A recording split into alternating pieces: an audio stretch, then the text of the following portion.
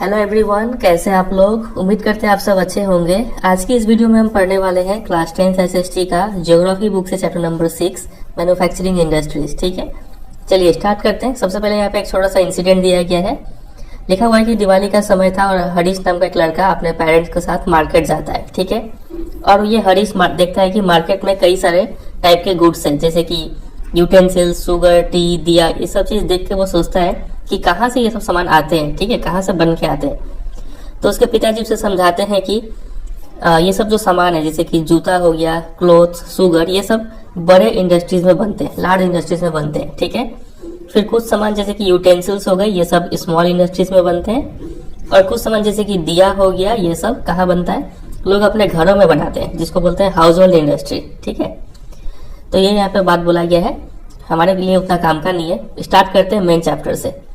Chapter का नाम आप देख रहे हैं मैन्युफैक्चरिंग इंडस्ट्रीज। ये मैन्युफैक्चरिंग वर्ड का मतलब क्या होता है, चलिए समझते हैं। जनरली सोचा है तो मैन्युफैक्चरिंग का मतलब होता है कुछ बनाना। ठीक है, लेकिन यहाँ पे इसका डेफिनेशन थोड़ा ब्रॉड है, चलिए समझते हैं।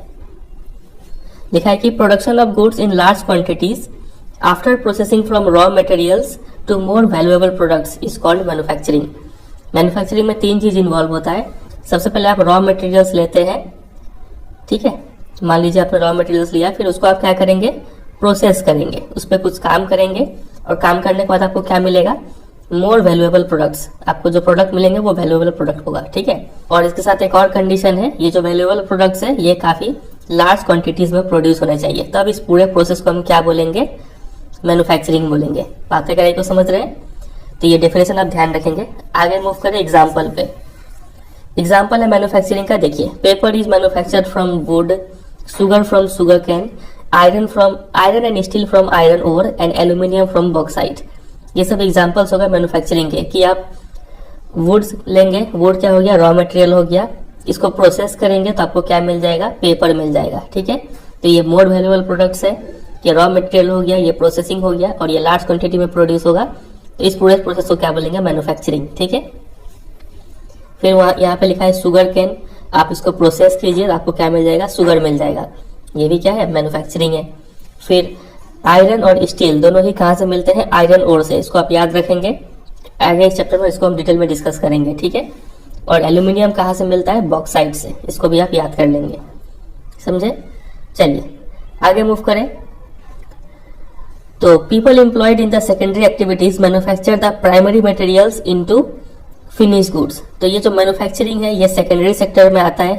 ठीक है, तो सेकेंडरी एक्टिविटी में होता क्या है कि जो लोग हैं वो प्राइमरी मटेरियल, यानी जो रॉ मटेरियल है वो मेनली प्राइमरी मटेरियल ही होता है, इसको फिनिश गुड में कन्वर्ट कर देते हैं। वही बात को फिर से लिखा गया है। काम का बात यह है कि आप इसको ध्यान रखेंगे कि मैन्युफैक्चरिंग इंडस्ट्री सेकेंडरी सेक्टर में आता है। ठीक है, इसके ऊपर बोर्ड में क्वेश्चन आ चुका है। चलिए इतना ही के ऊपर एग्जाम में आपसे क्वेश्चन पूछ चुके हैं पहले कि व्हाट इज मैन्युफैक्चरिंग, तो आप डेफिनेशन लिख देंगे। ठीक है, और इसी में ऐड कर देंगे कि to which sector of economy does it belong, तो आपको लिखना होगा सेकेंडरी सेक्टर। ठीक है, ये बात। चलिए, और एग्जाम्पल पूछता तो आप ये भी लिख सकते थे।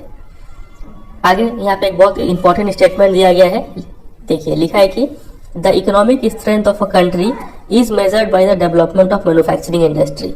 अगर आपको किसी भी कंट्री का इकोनॉमिक स्ट्रेंथ यानी पैसा के मामले में कोई कंट्री कितना मजबूत है, कितना ज्यादा पैसा वाला है, ये आपको मेजर करना है, तो आप क्या कीजिए कि वहां का मैन्युफैक्चरिंग इंडस्ट्रीज देख लीजिए। जिस कंट्री में जितना ज्यादा मैन्युफैक्चरिंग इंडस्ट्री होगा वो कंट्री उतना ही ज्यादा इकोनॉमिकली मजबूत होगा। ठीक है, पैसा के मामले में उतना मजबूत होगा, समझे। चलिए, तो ये स्टेटमेंट ध्यान रखेंगे, अभी बताएंगे इसके ऊपर क्वेश्चन कैसा आएगा। उससे पहले हम ये देखेंगे इंपॉर्टेंस ऑफ मैन्युफैक्चरिंग। ठीक है, देखिए मैन्युफैक्चरिंग सेक्टर को क्या माना जाता है, बैकबोन माना जाता है डेवलपमेंट का, खासकर से इकोनॉमिक डेवलपमेंट का। ठीक है, मतलब कंट्री को पैसा के मामले में अगर मजबूत बनाना है या फिर कंट्री को डेवलप करना है तो आपको क्या करना पड़ेगा, मैन्युफैक्चरिंग सेक्टर को डेवलप करना पड़ेगा।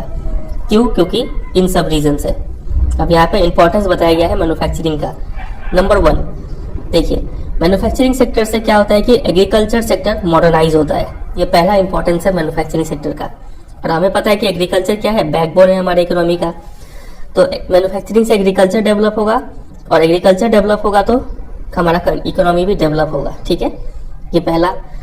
फिर दूसरा इसी में लिखा गया है कि दे ऑल्सो, दे यानी मैन्युफैक्चरिंग इंडस्ट्रीज। ठीक है, ये क्या करती है, reduce the heavy dependence of people on agricultural income. अभी क्या है कि ज्यादातर लोग एग्रीकल्चर सेक्टर में एम्प्लॉयड है। एक परिवार में अगर 5 लोग हैं तो पांचों के पांचों खेत में काम करते हैं, ठीक है। लेकिन मैन्युफैक्चरिंग इंडस्ट्री जैसे जैसे डेवलप होगा तो लोग यहाँ से निकल के इस सेक्टर में जाएंगे, तो लोगों का जो हैवी डिपेंडेंस है एग्रीकल्चरल इनकम पे वो कम हो जाएगा। लोगों का इनकम बढ़ेगा जब लोग इसमें काम करेंगे तो, ठीक है। तो यहाँ पे 2 इंपॉर्टेंस आप ध्यान रखेंगे, एग्रीकल्चर को मॉडर्नाइज करता है और heavy dependence of people on agricultural income को रिड्यूस करता है, ठीक है। चलिए अगला देखिए, दूसरा पॉइंट में लिखा है कि अगर आपको कंट्री से अनएम्प्लॉयमेंट और पॉवर्टी को इरेडिकेट करना है, मतलब हटाना है, तो आपको क्या करना पड़ेगा, industrial development is a pre condition. ये एक शर्त है, अगर ये आपको ये हटाना है तो इंडस्ट्रियल डेवलपमेंट करना पड़ेगा। इसके बिना ये 2 चीज अनएम्प्लॉयमेंट और पॉवर्टी कंट्री से नहीं हटेगा, ठीक है। ये अगला इंपॉर्टेंस हो गया।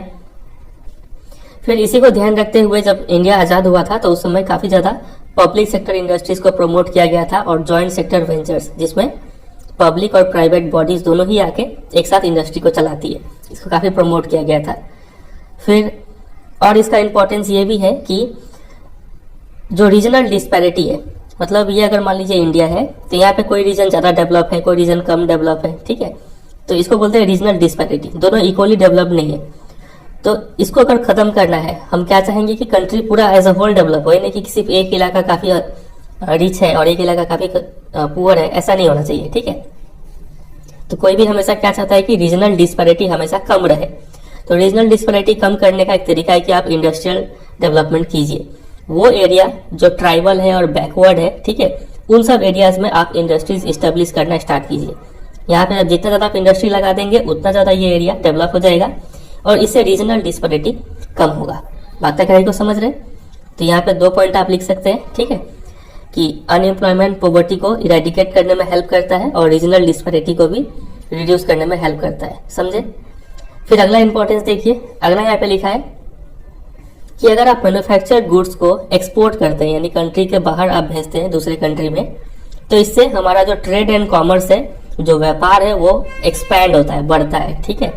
और साथ ही साथ जब हम अपना सामान दूसरे कंट्री में बेचने जाएंगे ना, तो दूसरा कंट्री हमें क्या में पेमेंट करेगा, डॉलर्स में पेमेंट करेगा। तो इस डॉलर को बोलते हैं फॉरेन एक्सचेंज, ठीक है। तो ये हमारे कंट्री में क्या लेके आएगा, फॉरेन एक्सचेंज लेके आएगा, ठीक है, जब हम एक्सपोर्ट करेंगे तो ये अगला इंपॉर्टेंस हो गया, क्योंकि फॉरेन एक्सचेंज का बहुत इंपॉर्टेंस है। क्योंकि हमें भी दूसरे कंट्री से, फॉर एग्जांपल मान लीजिए हमें तेल खरीदना है, तो तेल खरीदेंगे तो हम किस में पेमेंट करेंगे, इसी फॉरेन एक्सचेंज यानी डॉलर में, ठीक है। तो जितना हम एक्सपोर्ट करेंगे उतना हमारे कंट्री में डॉलर आएगा और जितना डॉलर आएगा उतना ही हम बाहर दूसरे कंट्री से अपने जरूरत के सामान को खरीद सकते हैं, ठीक है। चलिए, और फिर अगला यहाँ पे इंपॉर्टेंस लिखा गया है कि हमें पता है कि मैन्युफैक्चरिंग क्या करता है, रॉ मटेरियल को फिनिश गुड्स में कन्वर्ट करता है और ये फिनिश गुड्स का दाम हमेशा वैल्यू हमेशा हाई होता है, मोर वैल्यूएबल प्रोडक्ट्स होते हैं ये, ठीक है। तो इससे कंट्री क्या होता है, प्रॉस्परस होता है। ये अगला इंपॉर्टेंस है कि इंडस्ट्रियल डेवलपमेंट या फिर मैन्युफैक्चरिंग सेक्टर जो है कंट्री को प्रॉस्परस बनाता है, ठीक है। तो ये हमने देख लिया इंपॉर्टेंस ऑफ मैन्युफैक्चरिंग। चलिए देखते हैं यहाँ पे क्वेश्चन कैसे पूछेंगे। आपसे क्वेश्चन इस स्टेटमेंट के ऊपर पूछ सकते हैं जो रेड से अंडरलाइन किया हुआ है। आपसे बोलेंगे the economic strength of the country is measured by the development of manufacturing industries, ये पूरा दे देंगे और बोलेंगे support the statement with arguments. तो इसका आर्ग्यूमेंट क्या होगा, यही सब जो इंपॉर्टेंस है ये आपको लिख देना है, ठीक है। या फिर इसी क्वेश्चन को अलग तरीके से पूछ सकते हैं कि आपको ये लाइन देंगे कि manufacturing industries is considered the backbone of economic development in India, give reasons. Manufacturing sector कैसे बैकबोन है इकोनॉमिक डेवलपमेंट का, रीजन बताइए। तो ये सब पॉइंट्स आपको लिखना पड़ेगा, ठीक है।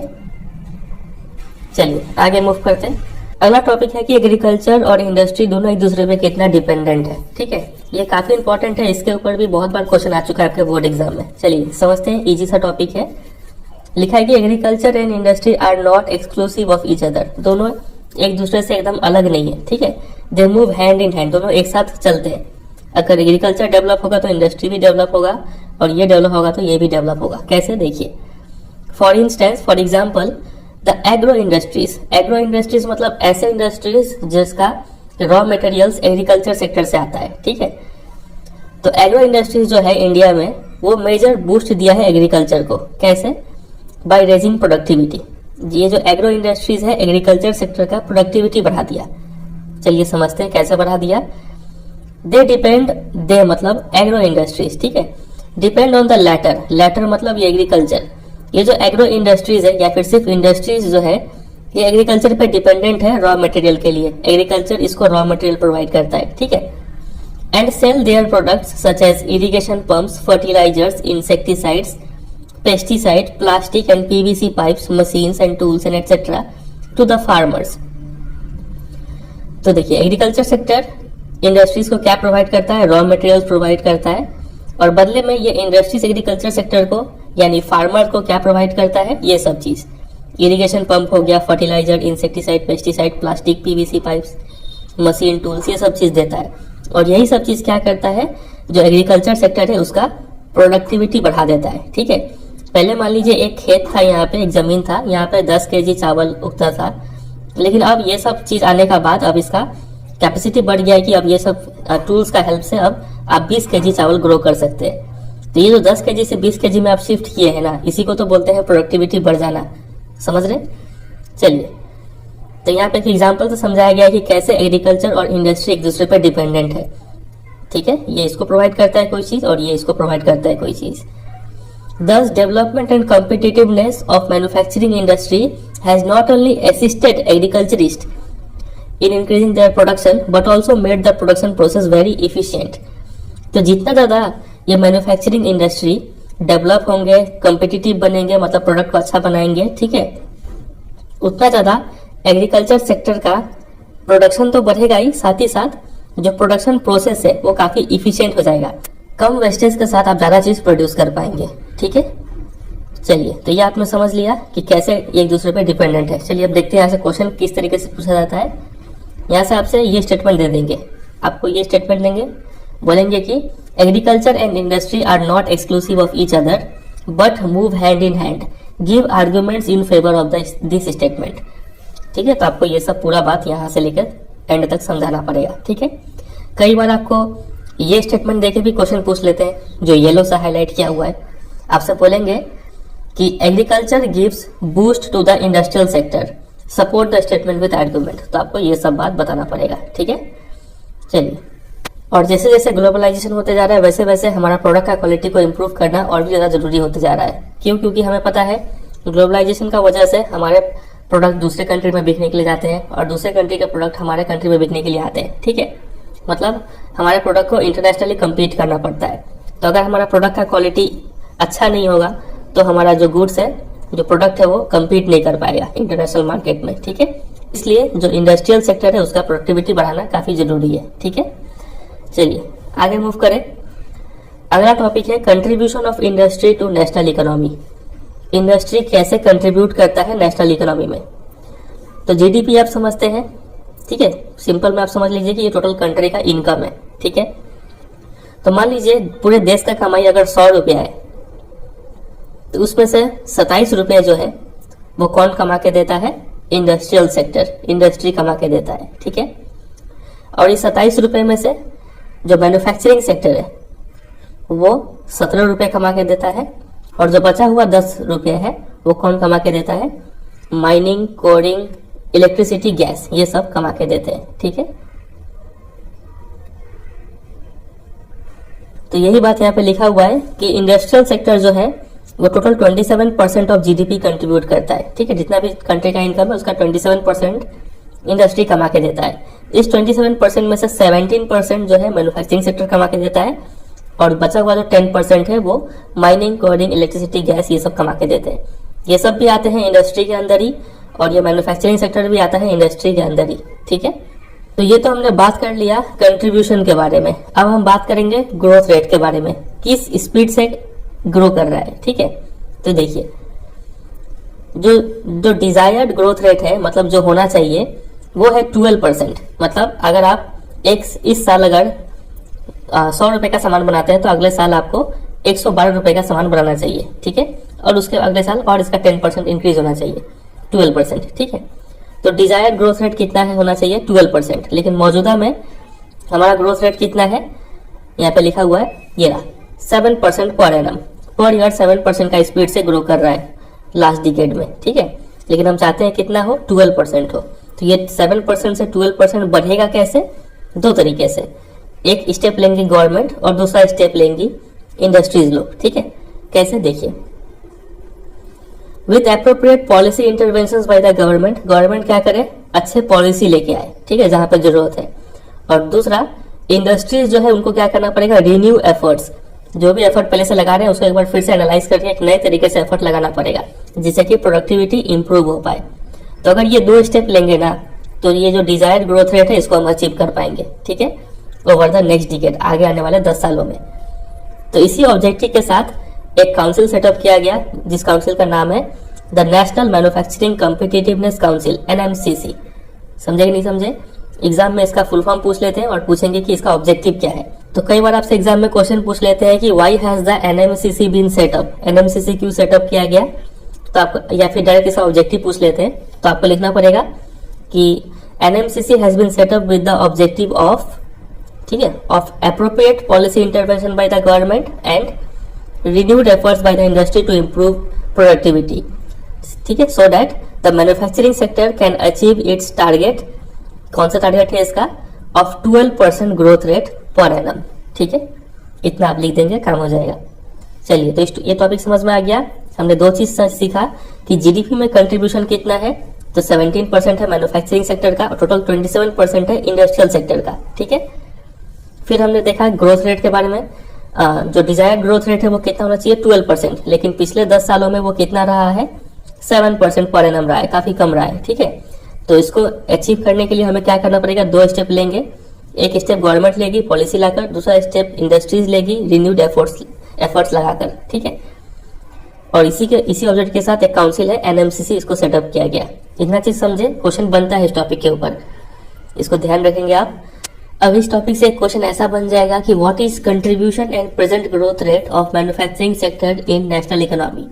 तो कंट्रीब्यूशन में आप लिखेंगे, मैन्युफैक्चरिंग का पूछा गया है तो आप उसमें लिखेंगे 17%, और ग्रोथ रेट का पूछेंगे तो आप लिख देंगे कि 2003 से कितना ग्रोथ रेट रहा है, 9 to 10% पर एनम रहा है, ठीक है।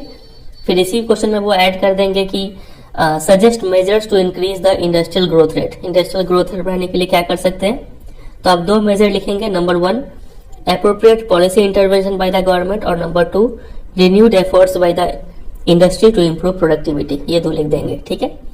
चलिए आगे मूव कर जाते हैं। अगला टॉपिक है इंडस्ट्रियल लोकेशन। अब इंडस्ट्रीज कहाँ पे लोकेट होंगे ये एक फैक्टर पर डिपेंड नहीं करता है, ठीक है, ये कई सारे फैक्टर्स से इन्फ्लुएंस होते हैं। कौन से देखिए, तो इंडस्ट्रीज वहीं पे लोकेट होंगे, नंबर 1 जहाँ पे रॉ मटेरियल इजीली अवेलेबल हो, ठीक है, रॉ मटेरियल सस्ता रेट में अवेलेबल हो और काफी ज्यादा अमाउंट में अवेलेबल हो, वहां पे इंडस्ट्रीज लोकेट होना पसंद करते हैं, ठीक है। फिर इंडस्ट्रीज वहां भी लोकेट होना पसंद करेंगे जहां पे चीप लेबर अवेलेबल हो, ताकि कॉस्ट ऑफ प्रोडक्शन कम रखा जा सके, ठीक है, क्योंकि इंडस्ट्रीज का मेन एम क्या है, प्रॉफिट कमाना, और प्रॉफिट तभी हाई होगा जब कॉस्ट कम होगा। फिर कैपिटल, जो पूंजी है, पैसा है, वो भी इंडस्ट्रीज को इजीली अवेलेबल हो, वहीं पे इंडस्ट्रीज लोकेट होना पसंद करेंगे। पावर, चीप पावर हो और कंटिन्यूअस सप्लाई हो पावर का, ये इंडस्ट्रीज प्रीफर करते हैं, ठीक है, और मार्केट भी आसपास हो ताकि वो अपना सामान वहां पे जाकर बेच सके। तो ये सब फैक्टर्स है जो इंडस्ट्रीज के लोकेशन को इन्फ्लुएंस करते हैं।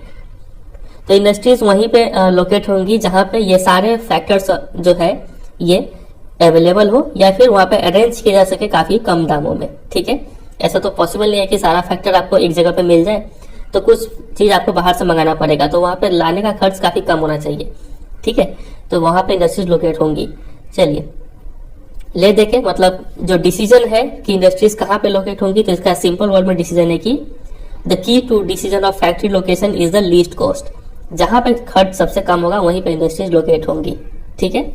चलिए अब देख लेते हैं कि इस टॉपिक से क्वेश्चन कैसे पूछेंगे। आपसे पूछेंगे कि list the major factors which affect the location of an industry at a place. तो वो फैक्टर्स क्या क्या है ये आप लिखेंगे, availability of raw material, labour, capital, power and market. फिर इसी में ऐड करेंगे कि क्वेश्चन में कि what is the key to the decision of factory location. Main key क्या है, तो आप लिखेंगे लिस्ट कॉस्ट, ठीक है। अब अगला टॉपिक पे यहाँ पे बोला गया है कि इंडस्ट्रियलाइजेशन और अर्बनाइजेशन में क्या रिलेशन है, ठीक है। देखिए, तो after an industrial activity starts urbanisation follow. जैसे ही किसी जगह पे इंडस्ट्रीज अपना काम करना स्टार्ट करते हैं, वहां पर धीरे धीरे अर्बनाइजेशन होना शुरू हो जाता है, मतलब सिटीज बनना स्टार्ट हो जाता है। कभी कभी तो क्या होता है कि इंडस्ट्रीज आर लोकेटेड इन और नियर सिटीज। देखिए इंडस्ट्रीज अपना काम स्टार्ट करेंगी तो क्या होगा, वहां पे अर्बनाइजेशन यानी सिटीज डेवलप होना स्टार्ट हो जाएंगी। और कभी कभी जहाँ पे सिटीज ऑलरेडी होता है वहीं पे इंडस्ट्रीज ग्रो करती है, ठीक है। इसीलिए यहाँ पे लिखा है कि industrialisation and urbanisation go hand in hand. कुछ सुना सुना लग रहा है ना, ऐसा ही स्टेटमेंट हमने यहाँ पे देखा था कि agriculture and industry move hand in hand, ठीक है।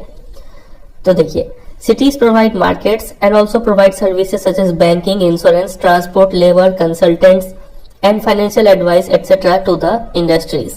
cities जो है बदले में market, banking, insurance, transport, labour, consultant, financial advice, ये सब सर्विसेज इंडस्ट्रीज को प्रोवाइड करती है, ठीक है। तो जहां पे इंडस्ट्रीज होगा वहां पे सिटीज डेवलप होगा और सिटी में जो ये सब सर्विसेज है वो डेवलप होंगे जो कि इंडस्ट्रीज को हेल्प करेंगे ग्रो करने के लिए, ठीक है। तो यहाँ पे लिखा है।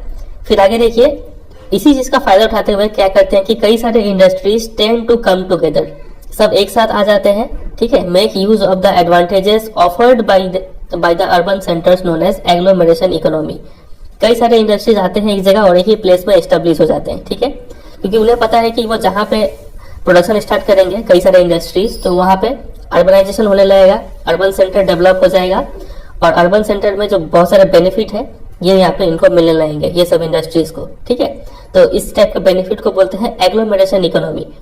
तो एग्लोमेरेशन इकोनॉमीज का डेफिनेशन अगर आपसे एग्जाम में पूछते हैं तो आप ये लिखेंगे कि it refers to the benefit received by the firms and people when they come together to make use of the advantages offered by the urban cities that prove helpful to them, ठीक है। तो urban agglomeration economy क्या होता है, वो सब benefit होता है जो इंडस्ट्रीज लेते हैं जब वो एक साथ एस्टेब्लिश हो जाते हैं एक जगह पे, ठीक है। जब एक ही जगह पे कई सारे इंडस्ट्रीज होंगे तो गवर्नमेंट को यहाँ पे अच्छा इंफ्रास्ट्रक्चर देना पड़ेगा, पावर सप्लाई देना पड़ेगा, ठीक है, पॉलिसी अच्छा बनाना पड़ेगा ताकि ये एरिया डेवलप्ड रहे, इनका बार्गेनिंग पावर भी काफी मजबूत रहेगा। तो ऐसे बेनिफिट्स को बोलते हैं एग्लोमेरेशन इकोनॉमी। समझे कि नहीं समझे? चलिए, तो हम देख रहे हैं कि कैसे इंडस्ट्रियलाइजेशन और अर्बनाइजेशन एक साथ चलते हैं। जहां पे इंडस्ट्रीज डेवलप होगा वहां पे धीरे धीरे अर्बनाइजेशन हो जाएगा। और कई बार तो ऐसा होता है कि जहां पे सिटीज या फिर अर्बन सेंटर होते हैं वहीं पे इंडस्ट्रीज डेवलप करते हैं, ठीक है। सिटीज इंडस्ट्रीज को क्या क्या सर्विस प्रोवाइड करते हैं वो हमने देखा। चलिए, तो इसके ऊपर एग्जाम में क्वेश्चन बन जाता है कि industrialisation and urbanisation go hand in hand, ये स्टेटमेंट देंगे और बोलेंगे एक्सप्लेन। तो आपको ये पूरा पैराग्राफ अच्छे से लिख देना है, ठीक है, यहाँ से स्टार्ट करके, ठीक है। चलिए देखते हैं आगे क्या लिखा हुआ है। फिर आगे लिखा हुआ है कि इन प्री इंडिपेंडेंस पीरियड, जब हमारा कंट्री आजाद नहीं हुआ था तब जो मैन्युफैक्चरिंग यूनिट्स थे वो कहाँ लोकेटेड थे? पोर्ट एरिया, जैसे कि मुंबई हो गया, कोलकाता, चेन्नई, ये सब एरियाज पे लोकेटेड थे। क्यों? क्योंकि यहाँ से ओवरसीज ट्रेड, समुद्र के जरिए जो सामान है वो दूसरे कंट्री में बेच पाना इजी था वहाँ पे, ठीक है। इसलिए जो मैन्युफैक्चरिंग यूनिट्स थे इन सब प्लेसेस पे लोकेटेड थे। लेकिन आज ऐसा नहीं है, आज हर जगह पे इंडस्ट्रीज आपको देखने को मिल जाएगा। चलिए, तो ये हो गया, ये भी हमने देख लिया। फिर आगे यहाँ पे लिखा है कि government policies and specialised labour also influence the location of industry. तो यहाँ पे कुछ फैक्टर्स हमने देखा था, ये सब फैक्टर्स इंडस्ट्रियल लोकेशन को अफेक्ट करते हैं। आप इनमें एक और पॉइंट ऐड कर सकते हैं, गवर्नमेंट पॉलिसी, ठीक है, वो कैसा है वो भी अफेक्ट करेगा कि इंडस्ट्रीज वहां पे लोकेट होंगे कि नहीं। चलिए, तो ये हो गया। आगे मूव कर जाते हैं, अगला टॉपिक है क्लासिफिकेशन ऑफ इंडस्ट्रीज। तो इंडस्ट्रीज को अलग अलग क्राइटेरिया के बेसिस पे अलग अलग वे में क्लासीफाई किया गया है। फॉर एग्जाम्पल, अगर हम on the basis of source of raw material बात करें कि इंडस्ट्रीज अपना रॉ मटेरियल कहाँ से लेती है, तो उस बेसिस पे इंडस्ट्रीज दो टाइप के हैं। एक होता है एग्रो बेस्ड इंडस्ट्री और दूसरा होता है मिनरल बेस्ड इंडस्ट्री। समझ रहे हैं? एग्रो बेस्ड नाम से ही समझ में आ रहा है, ये वैसा इंडस्ट्रीज है जो अपना रॉ मटेरियल एग्रीकल्चर सेक्टर से ऑब्टेन करते हैं, ठीक है। और मिनरल बेस्ड ये ऐसे इंडस्ट्रीज होते हैं जो अपना रॉ मटेरियल मिनरल से ऑब्टेन करते हैं, ठीक है। इस एग्जांपल्स आप देख लीजिए, cotton, woollen, jute, silk, textile, rubber, sugar, T, coffee, काफी सारे एग्जांपल है। मिनरल बेस्ड इंडस्ट्रीज हो गए आयरन एंड स्टील, फिर सीमेंट, एल्यूमिनियम। एल्यूमिनियम कहाँ से ऑब्टेन होता है बताइए? बॉक्साइट से, स्टार्टिंग में हमने देखा था। फिर मशीन, टूल्स, पेट्रोकेमिकल्स, ये सब मिनरल बेस्ड इंडस्ट्री है। तो एग्जाम में दोनों का डेफिनेशन और डिफरेंस बिटवीन पूछ सकते हैं, या फिर सिंपली क्वेश्चन बोल देंगे कि classify the industries on the basis of raw material. तो आपको दोनों पॉइंट लिखना पड़ेगा, ठीक है। एग्जाम्पल बहुत इंपॉर्टेंट है, इस पर आप ध्यान दीजिएगा। अगला क्लासिफिकेशन है on the basis of main role, ठीक है। तो इस बेसिस पे इंडस्ट्रीज दो टाइप के होते हैं, एक होता है बेसिक या फिर की इंडस्ट्रीज और दूसरा होता है कंज्यूमर इंडस्ट्रीज। बेसिक या फिर की इंडस्ट्रीज वो होते हैं जो अपने प्रोडक्ट्स को as a raw material supply करते हैं टू मैन्युफैक्चर अदर गुड्स, ठीक है। मतलब for example iron and steel हो गया, कॉपर स्मेल्टिंग, एल्यूमिनियम, मतलब ये जो इंडस्ट्रीज होते हैं, ये जो प्रोडक्ट बना के निकालते हैं, ये प्रोडक्ट रॉ मटेरियल होते हैं दूसरे इंडस्ट्रीज के लिए, ठीक है। तो ऐसे इंडस्ट्रीज को बोलते हैं बेसिक या फिर की इंडस्ट्रीज।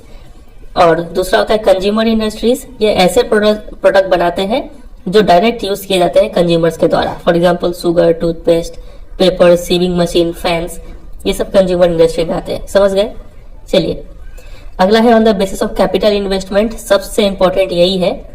इसमें दो टाइप के इंडस्ट्री आते हैं, एक होता है स्मॉल स्केल इंडस्ट्री और दूसरा होता है लार्ज स्केल इंडस्ट्री। अब किस बेसिस पे है ये देखिए। अगर किसी इंडस्ट्री में मैक्सिमम इन्वेस्टमेंट जो है वो 1 करोड़ तक है, ठीक है, ये रहा मैक्सिमम इन्वेस्टमेंट। अगर 1 करोड़ तक अलाउ है तो वो इंडस्ट्री को बोलते हैं स्मॉल स्केल इंडस्ट्री। और अगर किसी इंडस्ट्री में 1 करोड़ से ज्यादा इन्वेस्टमेंट अलाउ है तो उसको लार्ज स्केल इंडस्ट्री बोलेंगे। समझे? चलिए फिर on the basis of ownership के बेसिस पे बात करें कि मतलब उस इंडस्ट्री का ओनर कौन है, रन कौन करता है उसको, तो उस बेसिस पे इंडस्ट्रीज यहाँ पे दिए गए 4 टाइप के होते हैं। एक होता है पब्लिक सेक्टर इंडस्ट्री, नाम से ही समझ में आ रहा है। इसको ओन और ऑपरेट कौन करेंगे? गवर्नमेंट एजेंसीज करेंगे, ठीक है। एग्जाम्पल हो गया वेल, सेल एटसेट्रा। फिर दूसरा होता है प्राइवेट सेक्टर इंडस्ट्रीज। इसको ओन एंड कंट्रोल क्या तो कोई इंडिविजुअल करता है या फिर ग्रुप ऑफ इंडिविजुअल करते हैं, ठीक है। TISCO, Bajaj auto limited, Dabur industries, ये सब इसमें आते हैं। फिर तीसरा है जॉइंट सेक्टर इंडस्ट्रीज। ये ऐसे होते हैं जिसमें पब्लिक प्राइवेट, मतलब पब्लिक को स्टेट भी बोलते हैं, गवर्नमेंट और इंडिविजुअल दोनों मिलके चलाते हैं, ठीक है, या फिर गवर्नमेंट और ग्रुप ऑफ इंडिविजुअल्स मिलके चलाते हैं। ऑयल इंडिया लिमिटेड ये एक जॉइंट सेक्टर इंडस्ट्री है, ठीक है।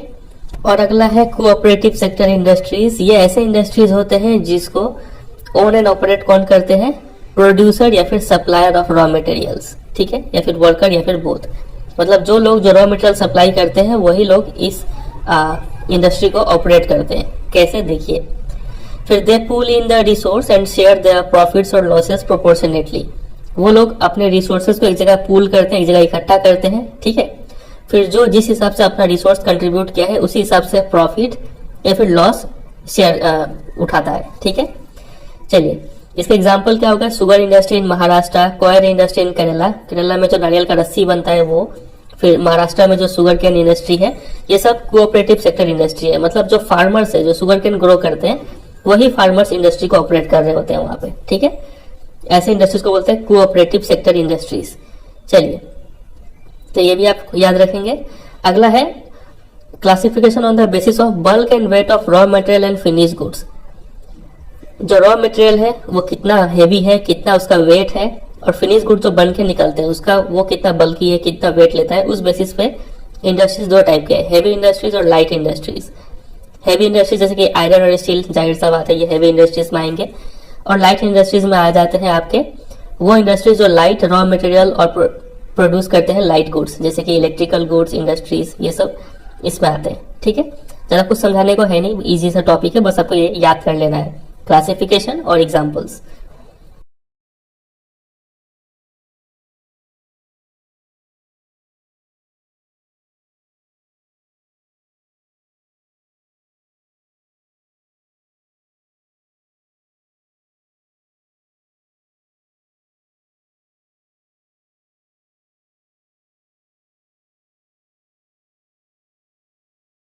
अब देखिए यहाँ पे क्वेश्चन है आपके लिए, एक्टिविटी में बॉक्स में लिखा है कि classify the following into 2 groups on the basis of bulk and weight of raw material and finish goods. कुछ याद आ रहा है? इस बेसिस पे bulk and weight of raw material and finish goods, इस बेसिस पे हमें पता है इंडस्ट्रीज कितने टाइप के होते हैं? 2 टाइप्स के। कौन से बताइए? एक होता है हेवी इंडस्ट्री और एक होता है लाइट इंडस्ट्री, ठीक है। तो आपको इन सब इंडस्ट्रीज को इन्हीं 2 ग्रुप में डिवाइड करना है, ठीक है। अब अपना दिमाग चलाइए और बताइए कि ये जो ऑयल इंडस्ट्री है ये किस में आता होगा? तो ये आता है हेवी इंडस्ट्री में, ठीक है। इसको हम लोग हेवी में डाल के रखते हैं, याद रखिएगा इस बात को। नीटिंग नीडल्स, सुई हेवी में आएगा कि लाइट में आएगा? तो बच्चा भी बता देगा, ये आएगा लाइट इंडस्ट्री में, ठीक है, काफी हल्का होता है। ब्रासवेयर ये आ जाएगा हेवी इंडस्ट्री में, ठीक है।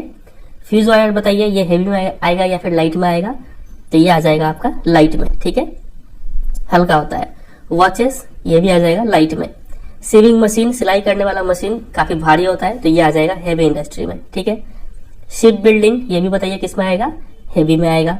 इलेक्ट्रिक बल्ब किस में आएगा बताइए, लाइट में आएगा, ठीक है। पेंट ब्रश यह किस में आएगा, लाइट में आएगा। और लास्ट है ऑटोमोबाइल्स यानी गाड़ी सब, तो वो काफी हेवी होता है, हेवी इंडस्ट्री में आ जाएगा, ठीक है। तो जो हम ब्लू से टिक किए हैं वो सब है हेवी इंडस्ट्रीज, समझे कि नहीं समझे, और बाकी सब लाइट इंडस्ट्रीज है। तो ये पूरा क्लासिफिकेशन आपको याद रखना है, ठीक है, किस बेसिस पे क्लासिफाई किया जा रहा है, उसमें कितने टाइप के इंडस्ट्री है और उनका एग्जाम्पल्स, बहुत इंपॉर्टेंट। तो इसको एक बार में याद करना काफी मुश्किल है, तो इसलिए हम क्या रेकमेंड करते हैं कि आप क्या कीजिए कि एक पेज में एक अच्छा सा नोट्स बना लीजिए इस पूरे क्लासिफिकेशन का, ठीक है, और उसको अपने रूम के किसी वॉल में चिपका दीजिए। और हो सके तो डेली इसको रिवाइज करने की कोशिश कीजिए, ऐसे पढ़ते पढ़ते याद हो जाएगा, ठीक है। क्योंकि एग्जाम के टाइम में आप एक बार लेकर बैठेंगे और सोचेंगे हम पूरा याद कर ले तो दिमाग में रख पाना मुश्किल होगा।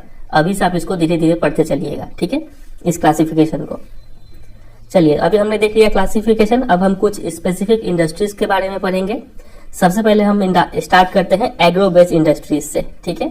ये रहा अगला टॉपिक, यही है एग्रो बेस्ड इंडस्ट्री। मीनिंग हमें पता ही है, ये वैसे इंडस्ट्रीज होते हैं जो अपना रॉ मटेरियल कहाँ से डिराइव करते हैं, एग्रीकल्चर से, ठीक है। एग्जाम्पल्स क्या हो गए, तो cotton industry, jute industry, silk, woollen textiles, sugar, edible oil, काफी सारे इंडस्ट्रीज आते हैं इस कैटेगरी में, ठीक है। तो अब हम इन्हीं में से कुछ इंडस्ट्रीज के बारे में पढ़ेंगे। सबसे पहले हम स्टार्ट करते हैं टेक्सटाइल इंडस्ट्रीज से, ठीक है। टेक्सटाइल इंडस्ट्री क्या है, एक एग्रो बेस्ड इंडस्ट्री है, कपड़ा का इंडस्ट्री। चलिए देखते हैं क्या लिखा है। The textile industry occupies unique position in the Indian economy because it contribute significantly to industrial production, employment generation and foreign exchange earnings. ये जो कपड़ा का इंडस्ट्री है, टेक्सटाइल इंडस्ट्री, ये काफी इंपॉर्टेंट रोल प्ले करता है, एक यूनिक पोजीशन ऑक्युपाई करके रखा है इंडियन इकोनॉमी में। क्यों? क्योंकि ये काफी ज्यादा कंट्रीब्यूट करता है 3 चीजों में। वो 3 चीज कौन है, इंडस्ट्रियल प्रोडक्शन, एम्प्लॉयमेंट जनरेशन और फॉरेन एक्सचेंज अर्निंग्स। चलिए समझते हैं। मान लीजिए हमारे कंट्री में जितने भी इंडस्ट्रीज है ना, उन सभी इंडस्ट्रीज ने मिलके 100 रुपए कमा के दिया, ठीक है। सब इंडस्ट्रीज ने मिलकर 100 रुपए कमा के दिया। तो इस 100 रुपए में से जो 14 रुपए है, 14 रुपए कौन कमा के दिया होगा, ये टेक्सटाइल इंडस्ट्री अकेला कमा के दिया होगा, ठीक है। मतलब जो इंडस्ट्रियल प्रोडक्शन है उसमें इसका कंट्रीब्यूशन कितना है, 14% कंट्रीब्यूशन है। समझे कि नहीं समझे? ये परसेंटेज आपको याद नहीं रखना है, पहले बुक में दिया हुआ था, अभी हटा दिया गया है, बस ऐसे समझाने के लिए बता रहे हैं, ठीक है। तो काफी सिग्निफिकेंटली कंट्रीब्यूट करता है ये इंडस्ट्रियल प्रोडक्शन में, पहला हो गया ये। दूसरा, एम्प्लॉयमेंट जनरेशन में काफी ज्यादा लोगों को ये एम्प्लॉयमेंट भी प्रोवाइड करता है। अप्रोक्स 35% लोग इस इंडस्ट्री में एम्प्लॉयड है, टेक्सटाइल इंडस्ट्री में, ठीक है। तो एम्प्लॉयमेंट जनरेशन में भी इसका कंट्रीब्यूशन क्या है, सिग्निफिकेंट है, समझ रहे हैं। और तीसरा कौन सा है, foreign exchange earnings. Foreign exchange का मतलब पहले भी बता चुके आपको, ठीक है, सिंपल में आप समझ लीजिए डॉलर्स। तो हमारे कंट्री में जब हम कपड़ा दूसरे कंट्रीज में बेचेंगे तो हमें क्या बदले में मिलेगा, डॉलर्स में पेमेंट मिलेगा, ठीक है। तो फॉरेन एक्सचेंज भी अर्निंग करने में भी ये इंडस्ट्री काफी हेल्प करता है। तो ये 3 चीज आपको याद रहेगा, number 1 industrial production, number 2 employment generation और नंबर 3 फॉरेन एक्सचेंज अर्निंग। इन तीनों में ही इस इंडस्ट्री का कंट्रीब्यूशन काफी सिग्निफिकेंट है। इसके ऊपर क्वेश्चन काफी अच्छा बनता है, ठीक है। अभी थोड़ी देर में बताएंगे, अभी आप सिर्फ समझते चलिए। फिर आगे देखिए क्या लिखा है। It is the only industry in the country which is self-reliant and complete in the value chain, that is from raw material to the highest value added products. ये आपको कुछ समझ में नहीं आया होगा, चलिए समझते हैं। लिखा है कि ये इकलौता ऐसा इंडस्ट्री है हमारे कंट्री में जो सेल्फ रिलायंट है, किसी भी दूसरे इंडस्ट्री पे उतना डिपेंडेंट नहीं है, ठीक है, और कंप्लीट है वैल्यू चेन में। अब ये समझिएगा वैल्यू चेन क्या होता है। वैल्यू चेन का मतलब यहीं पे लिखा है रॉ मटेरियल से लेकर हाईएस्ट वैल्यू एडेड प्रोडक्ट। एक कपड़ा का एग्जांपल लेते हैं, पहले धागा बनता है, फिर धागा से कपड़ा बनेगा, ठीक है, फिर कपड़ा से क्या बनेगा, गारमेंट्स बनेगा। तो और यहाँ पे पहले रॉ मटेरियल्स रहता है। तो गारमेंट जो एक बार मान लीजिए शर्ट या फिर पैंट बन गया, उससे और कुछ बनाते हैं क्या, नहीं, वो तो फाइनल प्रोडक्ट है ना, हाईएस्ट वैल्यू एडेड प्रोडक्ट है वो। तो रॉ मटेरियल से लेकर हाईएस्ट वैल्यू एडेड प्रोडक्ट तक का जो सफर है, ये जो चेन है, इसी को बोलते हैं वैल्यू चेन, ठीक है। तो ये वैल्यू चेन में क्या है, कंप्लीट है ये टेक्सटाइल इंडस्ट्री। मतलब ये जितना भी प्रोडक्ट बन रहा है, ये सब किस इंडस्ट्री में बनेगा, सब टेक्सटाइल इंडस्ट्री में ही बनेगा, समझ रहे हैं। कोई दूसरे इंडस्ट्री में प्रोडक्ट बनने के लिए नहीं जाएगा, ठीक है। तो वो यहाँ पे लिखा है कि ये पूरी सेल्फ रिलायंट है और कंप्लीट है अपने वैल्यू चेन में। वैल्यू चेन का मतलब from raw material to the highest value added products, समझे। तो ये समझे कि नहीं। तो यहाँ पे अभी तक हमने 2 इंपॉर्टेंस देख लिया है टेक्सटाइल इंडस्ट्री का, ठीक है। यहाँ पे एक क्वेश्चन बन जाएगा, आपसे पूछ लेंगे एग्जाम में कि explain the significance of textile industry in India. तो टेक्सटाइल इंडस्ट्री का क्या सिग्निफिकेंट है, अगर 2 मार्क्स का हुआ तो आप इसी को 2 पॉइंट बना के लिख देंगे, ठीक है। और अगर ज्यादा मार्क्स का होता है तो आप इसको ब्रेक कर सकते हैं। इंडस्ट्रियल प्रोडक्शन में सिग्निफिकेंट कंट्रीब्यूशन 1 पॉइंट में ये लिख सकते हैं, दूसरे पॉइंट में आप एम्प्लॉयमेंट जनरेशन के बारे में लिख सकते हैं, और तीसरे पॉइंट में आप फॉरेन एक्सचेंज अर्निंग के बारे में लिख सकते हैं, ठीक है। और चौथे पॉइंट में ये पूरा लिख सकते हैं आप। चलिए, तो ये हमने थोड़ा इंट्रोडक्शन देखा टेक्सटाइल इंडस्ट्री का। अब आ जाते हैं कॉटन टेक्सटाइल्स पे, ठीक है। और इस पे आने से पहले यहाँ पे एक चार्ट दिया हुआ है, इसको समझ लेते हैं। यही वैल्यू चेन को डिस्क्राइब किया गया है। Value addition in textile industry कैसे होता है, देखिए। सबसे पहले फाइबर प्रोडक्शन है, उससे हमें रॉ फाइबर मिल जाता है, ठीक है। मान लीजिए कॉटन है, तो कॉटन का जो बॉल्स है उसको तोड़ के लाए, वहां पे फाइबर बन गया, ठीक है। फिर उसको स्पिनिंग करके, ठीक है, गोल गोल घुमा घुमा के उसको हम क्या बना लेते हैं, धागा बना लेते हैं। कॉटन से क्या बन गया, धागा बन गया। स्पिनिंग करने से हमें क्या मिल जाता है, यार्न। इस धागे का जो बंडल होता है उसको क्या बोलते हैं, यार्न। आप इस पिक्चर में देख लीजिए, इसको यार्न बोलते हैं। अच्छे से याद कर लीजिएगा इसको, ठीक है। और ये भी याद रखिएगा कि स्पिनिंग करने से हमें क्या मिलता है, यार्न मिलता है, ठीक है। चलिए, एक बार हमें धागा मिल गया तो धागा को फिर बुन के क्या कर देंगे, उसका कपड़ा बना लेंगे। तो अगला स्टेप में हमें फैब्रिक मिलता है, और बुनने को क्या बोलते हैं, वीविंग एंड निटिंग। ये याद रखिएगा, स्पिनिंग से क्या मिलता है, धागा मिलता है, और धागे को क्या करते हैं, वीव करते हैं, बुनाई करते हैं। उसके बाद हमें क्या मिल जाता है, कपड़ा मिल जाता है। और एक बार कपड़ा मिल गया, उसके बाद आप डायरेक्ट क्या तो गारमेंट मैन्युफैक्चर कर लीजिए, शर्ट पैंट बना लीजिए, और उसके बाद डाइंग और फिनिशिंग करवा लीजिए, ठीक है। या फिर पहले आप उस कपड़े को रंग कर लीजिए, उसके बाद उसका गारमेंट बना लीजिए, ठीक है। अल्टीमेट प्रोडक्ट आपको क्या मिलने वाला है, गारमेंट मिलने वाला है। समझे कि नहीं। तो ये एक वैल्यू एडिशन चेन है। आपको यहाँ से याद क्या रखना है, आप ये बात याद रखिए कि स्पिनिंग करते हैं तो हमें धागा मिलता है, और वीविंग करते हैं तो क्या मिलता है, कपड़ा मिलता है। ये बहुत इंपॉर्टेंट है, अभी इसका इंपॉर्टेंस आपको समझ में आएगा, ठीक है। इस टर्म को बहुत बार यूज कर रहे होंगे। देखिए, कॉटन टेक्सटाइल यहाँ पे लिखा हुआ है। इन ancient India cotton textile were produced with hand spinning and handloom weaving techniques. यहाँ पे 2 टर्म आपको दिख गया होगा, एक है स्पिनिंग और एक है वीविंग।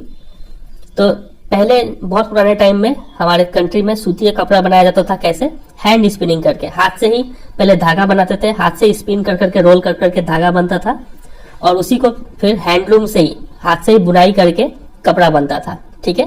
तो हैंड स्पिनिंग और हैंडलूम वीविंग टेक्निक यूज करके कपड़ा बनाया जाता था पहले, ठीक है। उसके बाद 18th सेंचुरी में पावर लूम आ गया। ये हैंडलूम हटाकर हाथ से बुनाई ना करके अब पावर मतलब स्टीम पावर या फिर जो भी पावर का यूज करके कपड़ा बनाना शुरू कर दिया गया, ठीक है। Our traditional industries suffered a setback during the colonial period because they could not compete with the mill-made cloth from England. एक तो हमने समझ लिया हैंडलूम वीविंग, उसके बाद हमने देखा पावर लूम वीविंग, ठीक है, मशीन से बनाया जाने लगा कपड़ा। उसके बाद आता है मिल मेड, इसके जरिए भी कपड़ा बनता है, ठीक है। मिल में क्या होता है कि एक बार में बल्क में बहुत सारा कपड़ा बन के निकलता है, इसमें भी मशीन का यूज होता है, ठीक है। तो 3 टाइप से वीविंग किया जाता है, ये बात आप याद रखिएगा, ठीक है। एक होता है handloom weaving, power loom weaving, और तीसरा हो गया मिल मेड वीविंग, ठीक है। तो इंग्लैंड में क्या किया जाने लगा कि मिल में वीविंग करके कपड़ा बेचा जाने लगा, तो इससे हमारे जो ट्रेडिशनल इंडस्ट्रीज थे वो काफी अफेक्टेड हुए ब्रिटिश पीरियड के टाइम पे, ठीक है। चलिए, ये तो था ब्रीफ इंट्रोडक्शन, आगे देखते हैं। तो सबसे पहला जो टेक्सटाइल मिल हमारे कंट्री में कहाँ पर स्टैब्लिश हुआ, मुंबई में 1854 में। एक फैक्ट है, याद रख सकते हैं आप। फिर बोला क्या है यहाँ पे, जो दोनों वर्ल्ड वॉर हुआ था, फर्स्ट वर्ल्ड वॉर और सेकंड वर्ल्ड वॉर, उसमें ब्रिटिश काफी बिजी थे वॉर के साथ, तो उस समय में हमारे टेक्सटाइल इंडस्ट्री को क्या मिला, बूस्ट मिला। तो हमारा इंडस्ट्री भी काफी ग्रो कर गया उस समय, ठीक है। आगे हम यहाँ पे बात करेंगे कि ये जो कॉटन टेक्सटाइल इंडस्ट्री है ये कहाँ पे मेनली स्टैब्लिश हुई है, ठीक है। तो पहले के टाइम में बोलने का मतलब है कि जब कॉटन टेक्सटाइल इंडस्ट्री बनना शुरू हुआ था तो कहाँ पे मेनली लोकेटेड रहते थे ये सब इंडस्ट्री, वो देखते हैं। In early years the cotton textile industry was concentrated in the cotton growing belt. वहीं पे ये इंडस्ट्री बनाया जाने लगा जहाँ पे कॉटन ग्रो किया जाता था, और खासकर से कॉटन कहाँ ग्रो किया जाता है, ब्लैक सॉइल। ब्लैक सॉइल कहाँ पे बताइए, तो महाराष्ट्र और गुजरात वाला जो रीजन है, ठीक है, यहाँ पे मेनली ब्लैक सॉइल पाया जाता है, यहाँ पे कॉटन ग्रो किया जाता है, तो इसलिए यहीं पे ज्यादा कॉटन टेक्सटाइल इंडस्ट्री बनाया जाने लगा, ठीक है। रीजन यहाँ पे फिर से लिखा है, देखिए ग्रीन से जो अंडरलाइन है वो रीजन है क्यों यहाँ पे कॉटन टेक्सटाइल इंडस्ट्री, मतलब महाराष्ट्र और गुजरात में क्यों कॉटन टेक्सटाइल इंडस्ट्री ज्यादा कंसंट्रेटेड है। तो रीजन ये है, अवेलेबिलिटी ऑफ रॉ कॉटन आपको इजिली मिल जाता है क्योंकि यहीं पे कॉटन ग्रो किया जाता है। मार्केट भी इजिली एक्सेसिबल है, सामान बिक भी जाता है, ट्रांसपोर्ट फैसिलिटी अच्छा से है यहाँ पे, एक्सेसिबल पोर्ट फैसिलिटीज, आप दूसरे कंट्री में भी सामान अपने बेच सकते हैं नदी के जरिए, ठीक है। फिर लेबर, मॉइस्ट क्लाइमेट, तो काफी सारे जो फैक्टर्स है वो फेवरेबल है। इसीलिए यहाँ पे ये जो कॉटन टेक्सटाइल इंडस्ट्री थे वो काफी कंसंट्रेटेड थे, मतलब काफी ज्यादा नंबर्स में थे यहाँ पे। तो ये हमने देख लिया। इसके ऊपर भी क्वेश्चन बन जाएगा, आपसे पूछ लेंगे एग्जाम में कि list the factors which favour the location and concentration of cotton textile industry in Maharashtra and Gujarat in early years. तो किस फैक्टर्स का वजह से हो रहा है यहाँ पे कंसंट्रेशन, तो ये जितना भी ग्रीन से अंडरलाइन किया हुआ है इतना लिखना पड़ेगा, ठीक है। चलिए अब बात करते हैं ये इंडस्ट्री का इंपॉर्टेंस क्या है, ठीक है। कौन सा industry? Cotton textile industry. This industry has close links with agriculture and provides a living to farmers, cotton ball pluckers, and workers engaged in ginning, spinning, weaving, dyeing, designing, packaging, tailoring, and sieving. बहुत सारा term यहाँ पे दिया गया है। लिखा हुआ है कि ये जो इंडस्ट्री है इसका एग्रीकल्चर के साथ काफी क्लोज लिंक है, और ये सिंस एग्रीकल्चर का सारा प्रोडक्ट ये इंडस्ट्री ले लेता है, इसलिए ये इंडस्ट्री क्या करता है, फार्मर्स को सपोर्ट कर रहा है इन अ वे, ठीक है। तो ये एक पहला इसका इंपॉर्टेंस हो गया। उसके बाद जो कॉटन बॉल प्लकर्स है ये भी इनडायरेक्टली कॉटन तोड़ के इस इंडस्ट्री में देते हैं, ठीक है, तो इनको भी एम्प्लॉयमेंट मिल रहा है। फिर वर्कर्स एंगेज्ड इन गाइनिंग। गाइनिंग का मतलब होता है जो कॉटन है उसमें से अगर आप सीड्स निकालते हैं तो उस सीड्स को निकालने का प्रोसेस क्या को बोला जाता है, गाइनिंग, ठीक है। तो जो वर्कर्स ये गाइनिंग का काम करते हैं इन वर्कर्स को भी काम मिलता है। स्पिनिंग आपको पता ही है, वीविंग भी आपको पता ही है, तो यहाँ पे जो लोग काम करते हैं उनको भी क्या मिलता है, एम्प्लॉयमेंट मिलता है। और डाइंग मतलब कपड़े को रंगना, डिजाइनिंग, पैकेजिंग, टेलरिंग, सीविंग, सिलाई करना, इन सब में काफी सारा लोगों को एम्प्लॉयमेंट मिलता है। तो इंपॉर्टेंस देख रहे हैं ये इंडस्ट्री का, ये इन सब लोगों को सपोर्ट करती है। इसके अलावा और देखिए, the industry by creating demand supports many other industries such as chemicals and dyes, packaging materials and engineering works. ये इंडस्ट्री क्या करता है, डिमांड क्रिएट करता है। मतलब ये इंडस्ट्री को, मतलब कॉटन टेक्सटाइल इंडस्ट्री को अच्छे से काम करने के लिए क्या चाहिए, केमिकल्स चाहिए, अच्छे अच्छे कलर यानी डाई चाहिए, पैकेज करने के लिए मटेरियल चाहिए, ठीक है, और मशीन्स चाहिए। तो ये सब सामान इनको देगा कौन, ये सब वही इंडस्ट्रीज देंगी जहां पे ये सब सामान बन रहा है, ठीक है। तो वही मैनी अदर इंडस्ट्रीज, जैसे कि ये सब हो गए, इन सब के लिए ये डिमांड क्रिएट करता है, मतलब यहाँ से इन सब का सामान ये लेता है, ठीक है। तो इनडायरेक्टली ये इन सब इंडस्ट्रीज को भी क्या कर रहा है, सपोर्ट कर रहा है, समझे। चलिए, तो यहाँ पे एक क्वेश्चन बन जाएगा आपसे इसका इंपॉर्टेंस के ऊपर। आपसे पूछेंगे कि describe the importance of the cotton textile industry in the Indian economy. Cotton textile industry का क्या इंपॉर्टेंस है, तो आप ये लिख देंगे पूरा जितना ब्लू से अंडरलाइन किया हुआ है, और फिर यहाँ पे ये भी लिख सकते हैं ग्रीन से अंडरलाइन किया हुआ, ठीक है। चलिए, अब जो हम आपको यहाँ पे बोले थे ये स्पिनिंग और वीविंग को याद रखने, इन दोनों के बीच में आप डिफरेंस देखेंगे, ठीक है। स्पिनिंग से याद रखिएगा क्या मिलता है, यार्न मिलता है, मतलब धागा मिलता है, और वीविंग से क्या मिलता है हमें, फैब्रिक यानी कपड़ा मिलता है, ठीक है। तो इन दोनों में डिफरेंस अब देखने वाले हैं। देखिए, स्पिनिंग का जो काम है ये कहाँ पे होता है, महाराष्ट्र, गुजरात और तमिलनाडु, ये मेनली यहीं पे सेंट्रलाइज्ड है, ठीक है। स्पिनिंग मेनली धागा यहीं पे बनाया जाता है, ठीक है। और जहां तक वीविंग का सवाल है, ये कहाँ पे किया जाता है, ये हाईली डिसेंट्रलाइज्ड है, मतलब अलग अलग जगह पे कराया जाता है। क्यों, ताकि हम लोग, हमारे कंट्री में क्या है, अलग अलग जगह का अलग अलग स्पेशलिटी है, अलग अलग ट्रेडिशनल स्किल्स है, तो और डिजाइन है, ठीक है। तो इन्हीं स्किल्स और डिजाइन को इनकॉर्पोरेट मतलब एकोमोडेट करने के लिए हम लोग क्या करते हैं, वीविंग अलग अलग जगह से करवाते हैं, ताकि कहीं पे हमें सिल्क कपड़ा मिल जाए, कहीं पे हमें जरी मिल जाए, कहीं पे कॉटन मिल जाए, ठीक है। तो इन सभी स्किल्स का फायदा उठाने के लिए जो वीविंग है वो कंट्री का अलग अलग पार्ट में कराया जाता है, ठीक है। तो एक डिफरेंस आप नोटिस किया स्पिनिंग और वीविंग में, कि स्पिनिंग जो है वो सेंट्रलाइज्ड है, इन सब प्लेसेस में ही कराया जाता है क्योंकि धागा हर जगह सेम ही बनेगा। लेकिन वीविंग जो है वो हाईली डिसेंट्रलाइज्ड है, वो अलग अलग जगह पे कराया जाता है ताकि इन सब स्किल्स को हम इनकॉर्पोरेट कर पाए। बातें कढ़ाई को समझ रहे हैं। चलिए फिर आगे देखिए, India has world class production in spinning but weaving supplies low quality of fabric as it can not use much of the high quality yarn produce in the country. Spinning जो है हमें पता है, स्पिनिंग करके क्या मिलेगा, yarn मिलेगा, और हम जो यार्न बनाते हैं ना, मतलब जो धागा बनाते हैं वो काफी वर्ल्ड क्लास होता है, ठीक है। तो हमारा स्पिनिंग में काफी वर्ल्ड क्लास प्रोडक्शन है, ठीक है। लेकिन जहां तक वीविंग का बात है, हम लोग काफी जो फैब्रिक जो है वो उतना अच्छा क्वालिटी नहीं बना पाते, ठीक है, क्योंकि जितना अच्छा धागा हमें मिल रहा है उतना अच्छा धागा को यूज करके हम उतना अच्छा फैब्रिक नहीं बना पा रहे, ठीक है। तो यहाँ पे लिखा है कि वीविंग जो है वो लो क्वालिटी फैब्रिक सप्लाई करता है क्योंकि वो हाई क्वालिटी यार्न को अच्छे से यूज नहीं कर पा रहा है, ठीक है। तो एग्जाम में आपसे डिफरेंस पूछ लेंगे कि स्पिनिंग और वीविंग में 2 डिफरेंस बताइए। तो एक आप लिख लेंगे लोकेशन के बेसिस पे और एक आप लिख लेंगे क्वालिटी ऑफ प्रोडक्ट के ऊपर।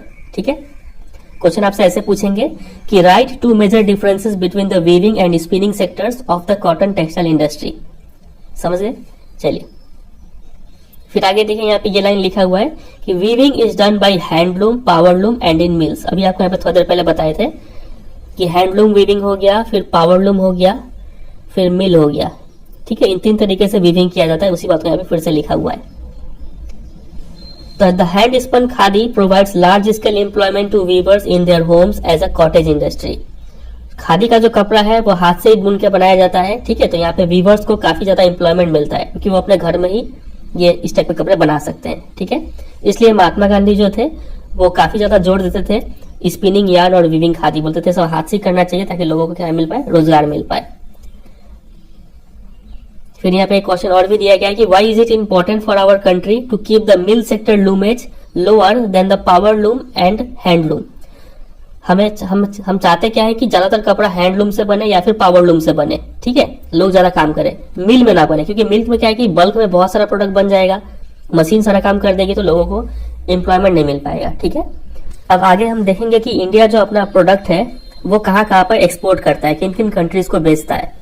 तो इंडिया जो अपना यार्न है, जो धागा है, हाई क्वालिटी धागा, वो जापान को एक्सपोर्ट करता है और साथ ही साथ USA, UK, Russia, France, east European country, Nepal, Singapore, Sri Lanka, African countries, इन सब जगह पे एक्सपोर्ट करता है। ठीक है, तो ये भी आप याद कर लेंगे कि आपसे क्वेश्चन पूछेंगे कि name the main countries to which India exports its cotton yarn and cotton goods. तो ये सब कंट्रीज का नाम आपको पता होना चाहिए। ठीक है, चलिए तो अभी तक हमने क्या क्या देख लिया, चलिए बाद में रिकैप करेंगे, थोड़ा और पहले आगे देख लेते हैं। तो we have a large share in the world trade of cotton yarn. तो जहां तक यार्न का मतलब धागे का ट्रेड का बात है तो उसमें हमारा शेयर काफी अच्छा है क्योंकि हम लोग अच्छा यार्न बनाते हैं, तो अच्छा हम लोग ट्रेड भी करते हैं। ठीक है, हमारा जो स्पिनिंग मिल्स है जिससे धागा बन के निकलता है वो कम्पिटिटिव है ग्लोबल लेवल पे और किसी भी कंट्री के प्रोडक्ट से हमारा प्रोडक्ट कम्पीट कर सकता है धागा। ठीक है, लेकिन जहां तक वीविंग का बात है तो वीविंग, नीटिंग और processing units can not use much of the high quality yarn that is produce in the country. वही बात फिर से बोला गया है। There are some large and modern factories in these segments but कुछ बड़े बड़े इंडस्ट्रीज तो है लेकिन most of the production is in fragmented small units which cater to the local market. ज्यादातर प्रोडक्शन, कपड़ा का प्रोडक्शन वो कहाँ होता है, छोटे छोटे यूनिट्स में होता है जो सिर्फ लोकल मार्केट में बिक के रह जाता है। ठीक है, हम लोग एक्सपोर्ट नहीं कर पाते हैं। तो ये एक मेजर जो है मिसमैच देखने को मिल रहा है। धागा तो हम लोग के पास अच्छा है लेकिन इसको अच्छे से प्रोसेस करके कपड़ा हम लोग अच्छा नहीं बना पाते हैं, तो ये एक मिसमैच क्रिएट हो रहा है। As a result many of our spinners export cotton yarn while apparel या फिर garment manufacturers have to import fabric. ये काफी अच्छा बात यहाँ पे बोला गया। हमारे जो स्पिनर्स है, जो लोग धागा बनाते हैं, वो उस धागे को एक्सपोर्ट कर देते हैं। ठीक है, लेकिन हमारे ही कंट्री में जो गारमेंट मैन्युफैक्चरर्स है, ठीक है, ये लोग क्या करना पड़ता है, इनको कपड़ा इंपोर्ट करवाना पड़ता है, दूसरे कंट्री से मंगवाना पड़ता है क्योंकि हमारे यहाँ कपड़ा उतना अच्छा बनता नहीं है।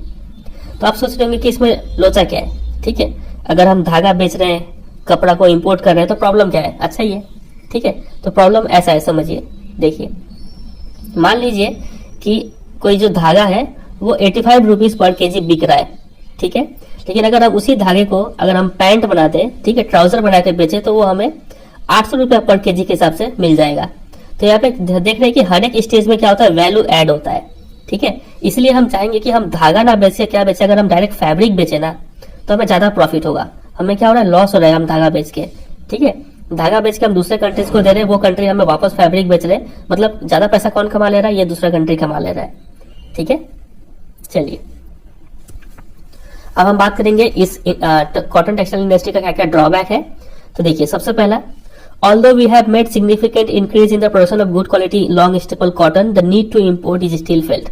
हमारे यहाँ काफी अच्छा लॉन्ग स्टेपल कॉटन का जो प्रोडक्शन है उसको इंक्रीज किया गया है, लेकिन अभी भी वो पूरी डिमांड फुलफिल नहीं कर पा रहा है, हमें कहीं ना कहीं इंपोर्ट करना पड़ता है कॉटन। ठीक है, तो ये पहला ड्रॉबैक है। दूसरा, पावर सप्लाई इज इरेटिक। ठीक है, मतलब इरेगुलर पावर सप्लाई है, ये तो हर जगह देखने को मिलता है। उसके बाद जो हमारे इंडस्ट्रीज में मशीनरी है उसको अपग्रेड करना पड़ेगा और खासकर से वीविंग और प्रोसेसिंग सेक्टर का जो मशीनरी है उसको अपडेट करना पड़ेगा। ठीक है, फिर अदर प्रॉब्लम्स भी है जैसे कि लो आउटपुट ऑफ लेबर उतना अच्छा नहीं यहाँ पे नहीं मिल पाता है, और काफी ज्यादा जो सिंथेटिक फाइबर इंडस्ट्री है नायलॉन हो गया, ये सब इससे काफी ज्यादा कंपटीशन फेस करना पड़ रहा है जो हमारे ट्रेडिशनल इंडस्ट्रीज है उनको, ठीक है, कॉटन टेक्सटाइल इंडस्ट्री को, समझे। तो ये सब आप प्रॉब्लम्स ध्यान रखेंगे। आपसे इसके ऊपर अलग से क्वेश्चन पूछेंगे कि what are the problems faced by the cotton textile industry, तो इन सबको आपको पॉइंट्स में लिख देना है, ठीक है। जो ब्लू सेंड लाइन किया है वो एक पॉइंट है, ये जो ग्रीन वाला दूसरा, फिर तीसरा, चौथा, पांचवा, ठीक है। तो एक बार रिकैप करें, हमने कॉटन टेक्सटाइल इंडस्ट्री में क्या क्या पढ़ा, और यहाँ पे ये मैप दिया गया है। तो मैप के लिए आप टेंशन मत लीजिएगा, क्योंकि मैप के लिए हम अलग से वीडियो बनाएंगे कि आपको क्या क्या चीज तैयार करना है, ठीक है। अभी हम इसको स्किप कर रहे हैं, मैप का वीडियो बहुत जल्द आ जाएगा। एक बार रिकैप कर लेते हैं कि हमने कॉटन टेक्सटाइल में क्या क्या पढ़ा। देखिए, सबसे पहले तो हमने ये देखा कि जो वीविंग है वो हैंडलूम या फिर पावर लूम या फिर मिल से भी बन सकता है, ठीक है। फिर हमने यहाँ पे एक फैक्ट देखा, उसके बाद हमने देखा कि वर्ल्ड वॉर के टाइम पे हमारे इंडस्ट्री को बूस्ट मिला। फिर हमने देखा कि ये इंडस्ट्री कहाँ पे लोकेटेड है मेनली, तो वहीं पे जहाँ पे कॉटन ग्रो किया जाता है, महाराष्ट्र, गुजरात, ठीक है। क्यों? क्योंकि इन सब फैक्टर्स का हेल्प मिल रहा है यहाँ पे। फिर इसके बाद हमने देखा ये इंडस्ट्री का इंपॉर्टेंस क्या है, तो काफी ज्यादा सेक्टर्स को ये सपोर्ट करता है, एम्प्लॉयमेंट प्रोवाइड करता है, दूसरे इंडस्ट्रीज के लिए डिमांड क्रिएट करता है, ठीक है। ये सब हमने देखा। फिर अगला हमने देखा स्पिनिंग और वीविंग में क्या डिफरेंस है, क्या मिसमैच हो रहा है यहाँ पे, ठीक है। फिर हमने देखा कि जो हैंडलूम है या फिर पावर लूम है इनको क्यों सपोर्ट मिलना चाहिए और मिल सेक्टर को कम बढ़ावा मिलना चाहिए, क्योंकि इससे लोगों को एम्प्लॉयमेंट मिलेगा। फिर अगला था कि हम अपने प्रोडक्ट कहाँ कहाँ बेचते हैं। फिर हमने देखा कि क्या मिसमैच हमारे कंट्री में क्रिएट हो रहा है, कौन सा टाइप का हम लोग लॉस झेल रहे हैं, ठीक है, ये हमने यहाँ पे देखा। फिर इसके बाद हमने देखा drawback of cotton textile industry. इतना चीज आप तैयार कर लेंगे तो काफी होगा। और एक चीज सिर्फ बच जाता है कि कहाँ पे मैप पॉइंटिंग में किस टाइप का क्वेश्चन आएगा, तो उसके लिए अलग से वीडियो आएगा, मैप अलग से कवर करेंगे, ठीक है। चलिए आगे मूव करते हैं अगला इंडस्ट्री पे, जूट टेक्सटाइल्स। सबसे पहला पॉइंट इसमें लिखा हुआ है कि India is the largest producer of raw jute and jute goods and stands at second place as an exporter after finance. दो टर्म है यहाँ पे, एक है प्रोड्यूसर और एक एक्सपोर्टर। प्रोड्यूसर के मामले में इंडिया लार्जेस्ट है, नंबर 1 पे आता है, जूट सबसे ज्यादा प्रोड्यूस होता है इंडिया में, ठीक है। और एक्सपोर्टर का बात करें, मतलब दूसरे कंट्री का बेचने का मामला में बात किया जाए तो इंडिया सेकंड प्लेस पे आता है। सबसे ज्यादा कौन बेचता है बाहर में? बांग्लादेश बेचता है। अब ऐसा क्यों है, चलिए समझते हैं। देखिए थोड़ा मैप से समझेंगे तो अच्छा लगेगा। ये है यहाँ पे वेस्ट बंगाल और ये यहाँ पे बांग्लादेश, ठीक है। बांग्लादेश पहले पाकिस्तान था, ईस्ट पाकिस्तान, ये तो पूरा पहले बंगाली था, फिर यहाँ पे ईस्ट पाकिस्तान बना इतना वाला, फिर बाद में बांग्लादेश बना, ठीक है। तो जब यहाँ पे डिवीजन किया गया ना, बांग्लादेश और वेस्ट बंगाल को जब डिवाइड किया गया यहाँ पे, तब क्या हुआ कि ज्यादातर जो मिल्स है वो इंडिया में रह गया, ठीक है, वेस्ट बंगाल में रह गया, और जो जूट प्रोड्यूसिंग एरिया है वो इसमें चला गया, ठीक है। मेनली जूट यहाँ पे ग्रो किया जाने लगा, ठीक है। तो बांग्लादेश के अंदर क्या है कि जूट ग्रो तो ज्यादा होता है लेकिन यहाँ पे मिल्स कम है, इस वजह से बांग्लादेश एक्सपोर्ट ज्यादा करता है, दूसरे कंट्रीज में अपना सामान ज्यादा बेचता है, ठीक है। और इंडिया में भी काफी ज्यादा जूट ग्रो होता है, लेकिन इंडिया में मिल्स भी उसी टाइप से है, काफी अच्छा खासा क्वांटिटी में मिल्स है, तो हम लोग अपना प्रोडक्ट खुद ही पहले यूज कर लेते हैं, समझ रहे। तो एक्सपोर्ट करने के मामले में बांग्लादेश नंबर 1 पे आता है और प्रोड्यूस करने के मामले में इंडिया नंबर 1 पे आता है, इसको आप ध्यान रखेंगे। वो यहाँ पे लिखा है कि मोस्ट ऑफ द मिल्स, जो जूट टेक्सटाइल मिल्स है वो कहाँ पे लोकेटेड है? वेस्ट बंगाल में है, mainly along the banks of Hooghly river, जो हुगली नदी है उसी के किनारे ज्यादा जूट टेक्सटाइल मिल्स लोकेटेड है। अब इसका भी रीजन है बहुत सारा, देखिए factors responsible for their location in Hooghly basin, Hooghly नदी के आसपास जूट टेक्सटाइल मिल्स है, इसका रीजन बहुत सारा यहाँ पे दिया गया है। Number 1 proximity of the jute producing area, यहाँ पे जूट प्रोड्यूस भी होता है इसके आसपास, इसलिए यहाँ पे ये इंडस्ट्रीज लोकेटेड है। दूसरा इनएक्सपेंसिव वाटर ट्रांसपोर्ट, हम लोग वाटर ट्रांसपोर्ट यूज कर सकते हैं जो कि काफी सस्ता पड़ता है। तीसरा supported by a good network of railway, roadway, waterway, ये तीनों ही टाइप ऑफ ट्रांसपोर्ट काफी अच्छा यहाँ पे है, ठीक है। इससे रॉ मटेरियल्स को मिल्स तक पहुंचाना काफी इजी हो जाता है, ठीक है। फिर आगे देखिए चौथा, abundant water for processing raw jute, raw jute को साफ करने के लिए, प्रोसेस करने के लिए काफी अच्छा क्वांटिटी में वाटर अवेलेबल है, इस नदी का वाटर, ठीक है। फिर cheap labour from West Bengal and adjoining states of Bihar, Odisha, Uttar Pradesh, यहाँ से चीप लेबर मिल जाता है। फिर Kolkata as a large urban centre provides banking, insurance and port facilities for export of jute goods. अगर आप एक्सपोर्ट भी करना चाहते हैं तो आपके पास कोलकाता है, यहाँ पे आपको बैंकिंग फैसिलिटी, इंश्योरेंस फैसिलिटी, ये सब मिल जाएगा इजीली। तो इन सब फैक्टर्स का वजह से ज्यादातर जो मिल्स है वो हुगली बेसिन में लोकेटेड है, समझे। तो इसके ऊपर अलग से क्वेश्चन बन जाएगा, आपसे पूछेंगे कि explain the main factors which are responsible for the concentration of jute mills along the banks of Hooghly river. ये सब को आपको पॉइंट्स में लिख देना है, ठीक है। और जो अभी हम आपको मैप में समझाए थे वो यहाँ पे लिखा है कि जब पार्टीशन हुआ था तो जूट मिल्स इंडिया में रह गया, वेस्ट बंगाल में, ठीक है। लेकिन 3/4 जो जूट प्रोड्यूसिंग एरिया है वो किस में चला गया, बांग्लादेश, जो पहले ईस्ट पाकिस्तान हुआ करता था। फिर आगे देखिए, यहाँ पे अब चैलेंजेस बताते हैं जूट टेक्सटाइल इंडस्ट्री को क्या क्या चैलेंजेस फेस करना पड़ता है। तो यहाँ पे 2 चैलेंजेस बताया गया है। पहला, stiff competition in the international market from synthetic substitute. जो सिंथेटिक प्रोडक्ट हो गए, ठीक है, नायलॉन जैसे हो गया, इससे इसको काफी ज्यादा कंपटीशन फेस करना पड़ता है इस इंडस्ट्री को। ये चैलेंज तो इस कॉटन टेक्सटाइल इंडस्ट्री को भी फेस करना पड़ रहा था, ठीक है। फिर अगला कंपटीशन इनको इन सब चीजों से फेस करना पड़ता है। देखिए, from other competitors like Bangladesh, Brazil, Philippines, Egypt और थाईलैंड। ये सब कंट्रीज भी ऐसे हैं जहां पे जूट काफी अच्छा प्रोड्यूस किया जाता है। तो ये सबसे भी कंपटीशन फेस करना पड़ता है इस इंडस्ट्री को। तो ये 2 चैलेंज है जो जूट टेक्सटाइल इंडस्ट्री फेस कर रहा है, ठीक है। लेकिन गवर्नमेंट ने इसको सुधारने के लिए एक पॉलिसी लाया था, नेशनल जूट पॉलिसी, जिसके तहत यह मैंडेटरी कर दिया गया कि जो भी पैकेजिंग है वो आप किससे करेंगे, जूट से करेंगे। मतलब आप जो बोरा बोलते हैं ना, बोरा आप इस पिक्चर में देख पा रहे हैं, इसी को जूट बोलते हैं, ठीक है। तो इससे ज्यादातर पैकेजिंग किया जाए। इससे क्या होगा कि जूट का इंटरनल डिमांड बढ़ेगा और इस इंडस्ट्री को थोड़ा सपोर्ट मिलेगा, ठीक है। फिर आगे देखिए, to stimulate demand the product need to be diversified. आप जूट को यूज करके अलग अलग टाइप के प्रोडक्ट बनाइए, ठीक है, इससे भी डिमांड बढ़ेगा। और हम अपने प्रोडक्ट को कहाँ सेल करते हैं, तो देखिए, the main markets are USA हो गया, Canada, Ghana, Saudi Arabia, UK, Australia. यहाँ पे हम अपने जूट प्रोडक्ट को सेल करते हैं, ठीक है। और अभी ट्रेंड क्या चल रहा है, अभी हर जगह ग्लोबल कंसर्न क्या है आपको पता है, लोग चाहते हैं कि इन्वायरमेंट फ्रेंडली रहा जाए, बायोडिग्रेडेबल मटेरियल यूज किया जाए, ठीक है। तो इस वजह से जो जूट प्रोडक्ट है लोग अब इसको प्रेफर कर रहे हैं फिर से, ठीक है, कंपेयर टू ये सिंथेटिक सब्स्टिट्यूट्स। लोग इसको छोड़ के जूट प्रोडक्ट पे वापस आ रहे हैं। इस वजह से भी जो जूट टेक्सटाइल्स है इनको काफी बढ़ावा मिला है, ठीक है। चलिए, तो ये हमने पढ़ लिया जूट के बारे में। सबसे पहले हमने देखा इंडिया कैसा प्रोड्यूस करता है जूट, फिर हमने देखा जूट कहाँ पे लोकेटेड है और क्यों लोकेटेड है, फिर हमने देखा चैलेंजेस इसके बारे में, हम अपने प्रोडक्ट को कहाँ बेचते हैं, और यहाँ पे हल्का सा इंट्रोडक्शन देखा हमने नेशनल जूट पॉलिसी के बारे में। चलिए,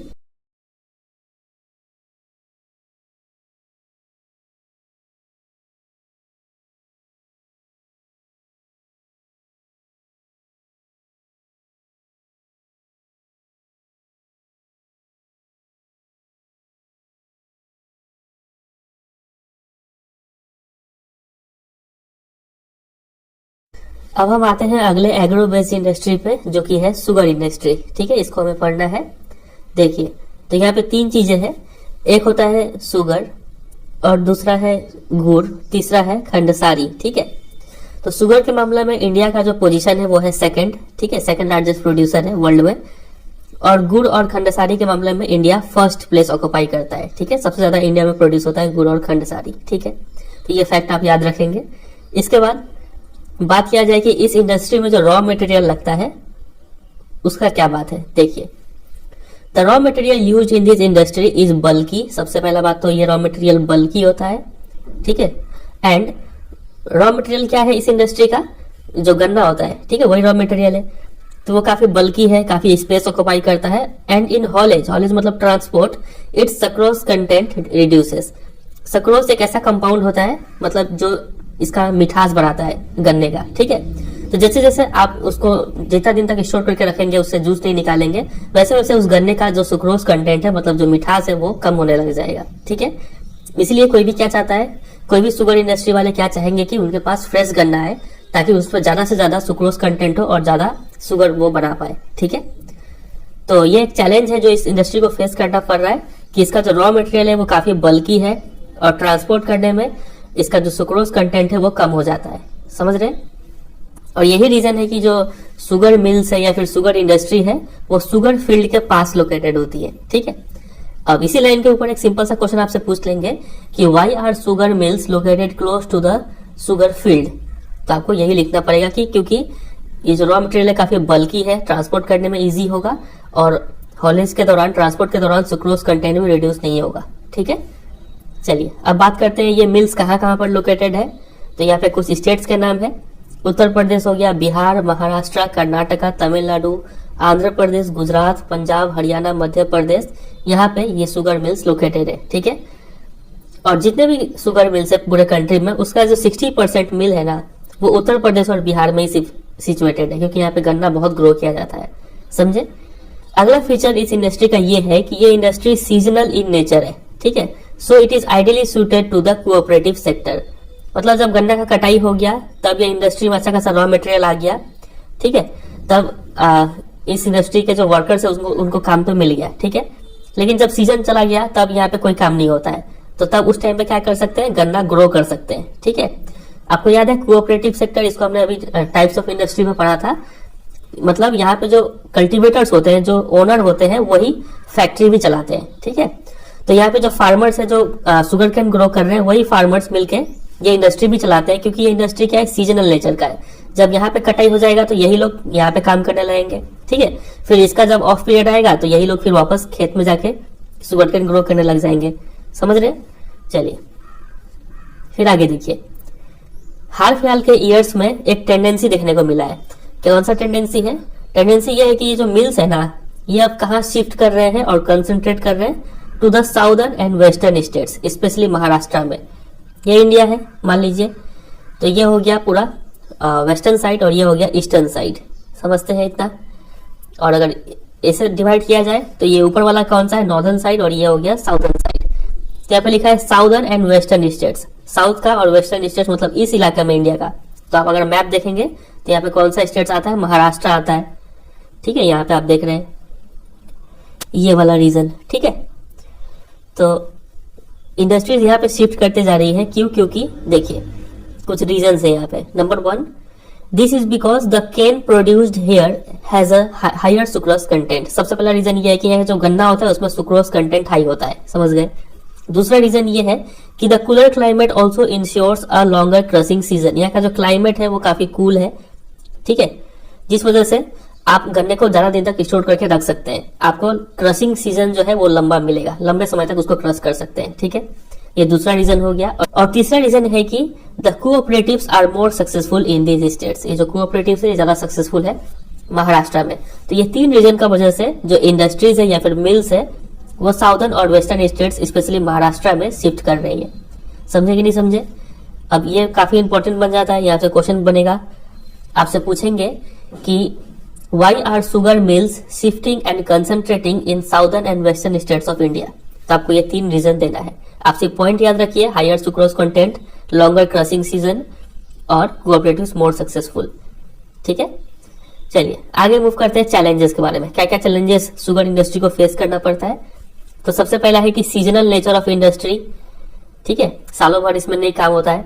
फिर दूसरा है old and inefficient methods of production, ये तो सब में है, ठीक है, ये अगला चैलेंज है। तीसरा है transport delay in reaching cane to factories. Transport delay की वजह से सुक्रोज कंटेंट लूज हो जाता है।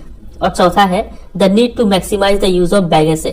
बैगेसे क्या होता है, एक बार हम गन्ना में से जब रस निकाल लेते हैं तो छिलका बचता है, उसको बैगेसे बोलते हैं। तो इस बैगेसे का काफी ज्यादा यूज है। उसको हम एज अ फ्यूल यूज कर सकते हैं, उसको फर्टिलाइजर बनाने में यूज कर सकते हैं, या फिर उसका पेपर बना सकते हैं। बहुत सारा यूज है उसका, ठीक है।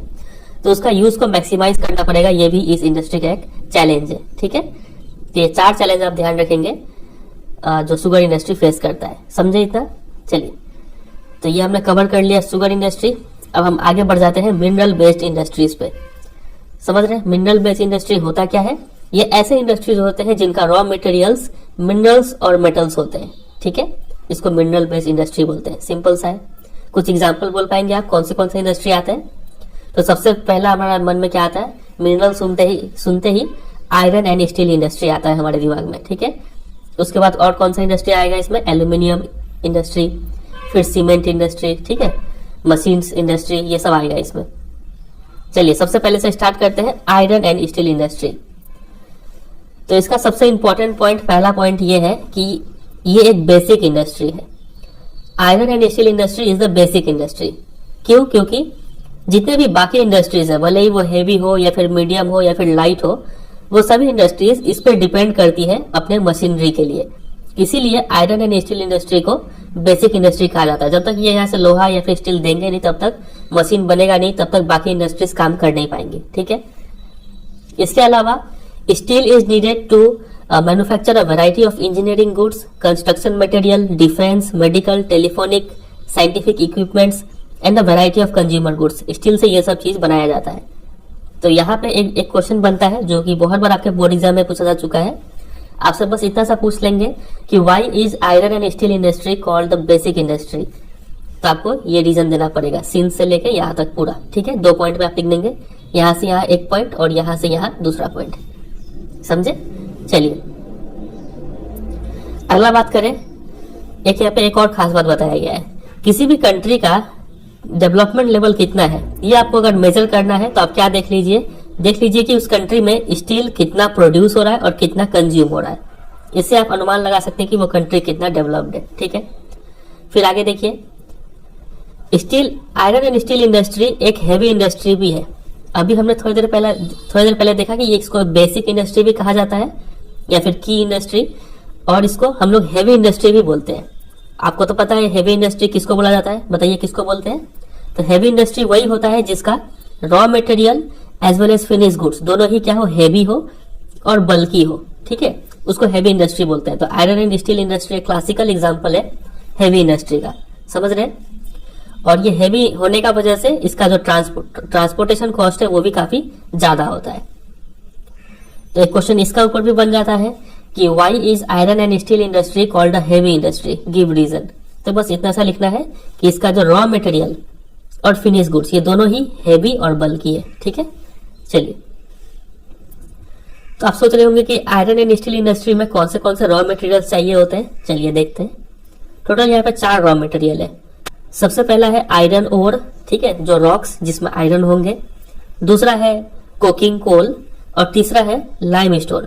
ये तीनों को सबसे पहले हम इस रेशियो में मिक्स करते हैं 4:2:1। मतलब अगर आप आयरन और 4 kg ले रहे हैं, 4 kg का अगर रॉक है तो उसमें आप क्या डालेंगे, 2 kg कोकिंग कोल डालेंगे, ये जलाने के काम आता है, और प्लस 1 kg लाइम स्टोन डालेंगे। ये आपको जो स्लैग है, जो इम्प्यूरिटीज है, उसको रिमूव करने में हेल्प करता है लाइम स्टोन, ठीक है। तो ये रेशियो आप याद रखेंगे 4:2:1। तो ये 3 रॉ मटेरियल को हम इस रेशियो में मिला के भट्टी में डाल देंगे।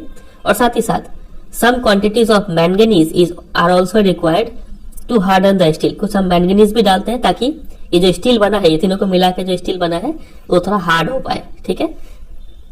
तो ये आप ध्यान रखेंगे। एग्जाम में इसके ऊपर क्वेश्चन पूछा जाएगा कि write 4 raw materials of iron and steel industry and the proportion in which they are required. तो 4 रॉ मटेरियल कौन से हैं, iron ore, coking coal, limestone और मैंगनीज, और इन तीनों का आपको प्रोपोर्शन यानी रेशियो लिख देना है, ठीक है। चलिए फिर आगे मूव करें। यहाँ पे एक फ्लो चार्ट में दिखाया गया है process of manufacture of steel.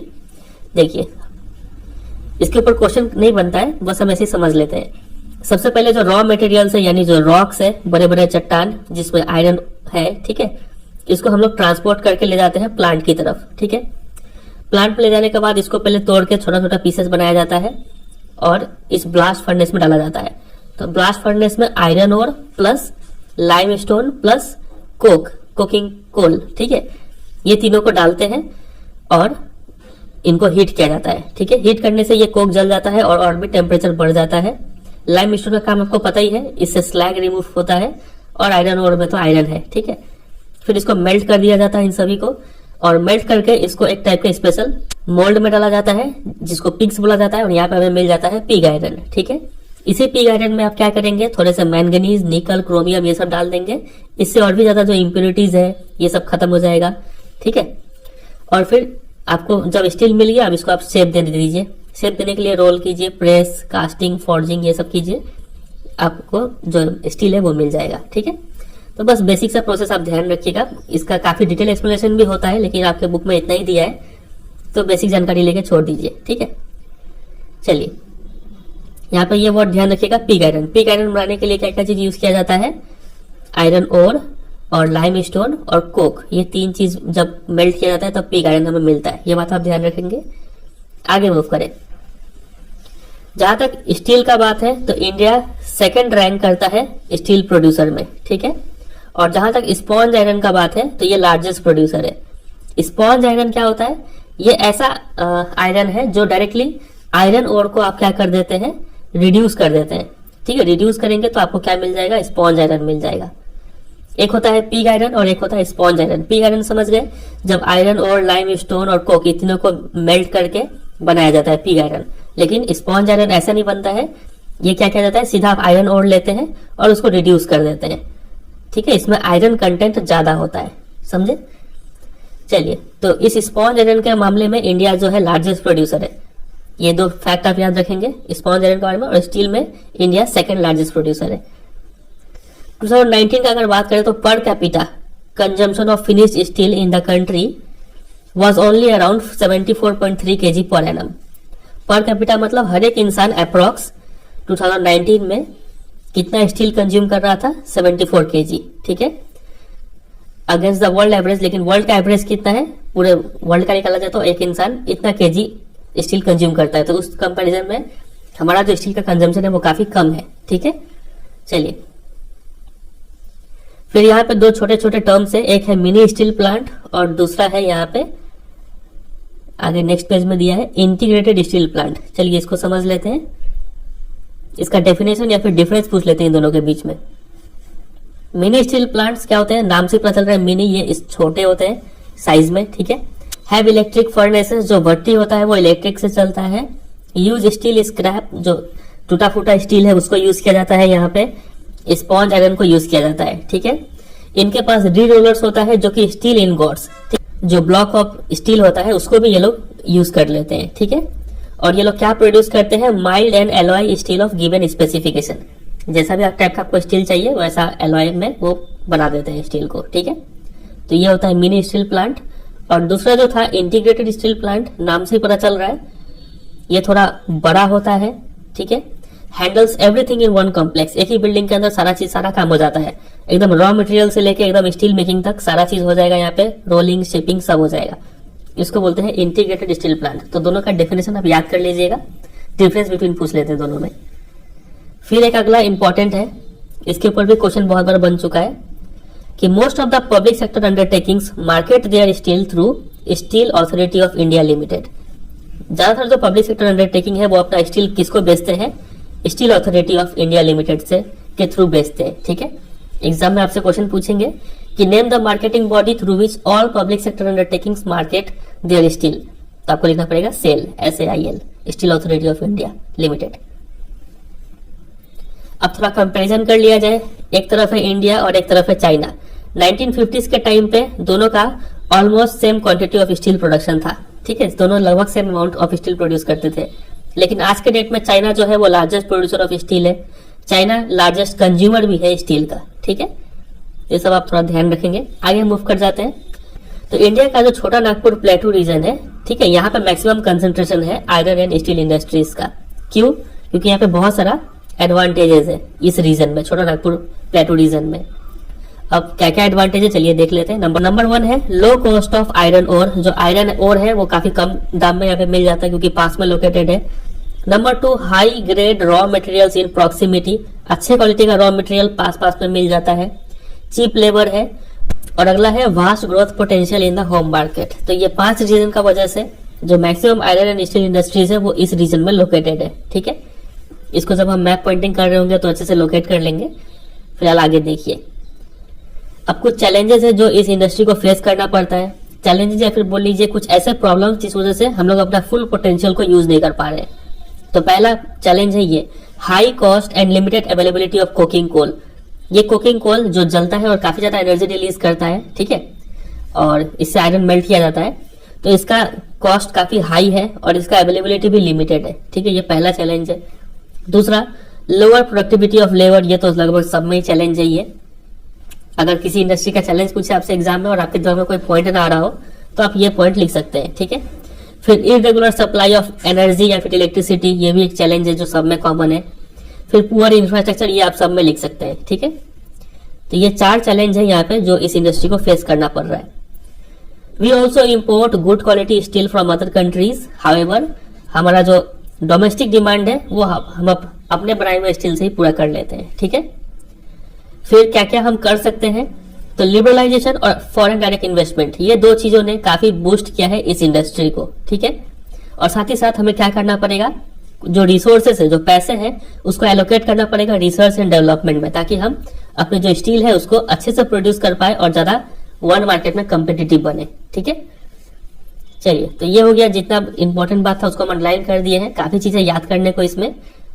तो ऐसे आप भी अंडरलाइन कर लीजिएगा और इतना ही आप तैयार कर लीजिए, काफी होगा इसमें। ठीक है, क्वेश्चन यहां से बन जाएगा, आपसे पूछेंगे कि Y has the Chota Nagpur plateau region the maximum concentration of iron and steel industries. तो ये 5 रीजन आपको देने हैं। और साथ ही साथ एक चीज और बनेगा यहाँ पे, ये कि what problems does the iron and steel industry in India face. क्या क्या प्रॉब्लम फेस करते हैं, तो ये 4 प्रॉब्लम के बारे में लिखना है। ठीक है, चलिए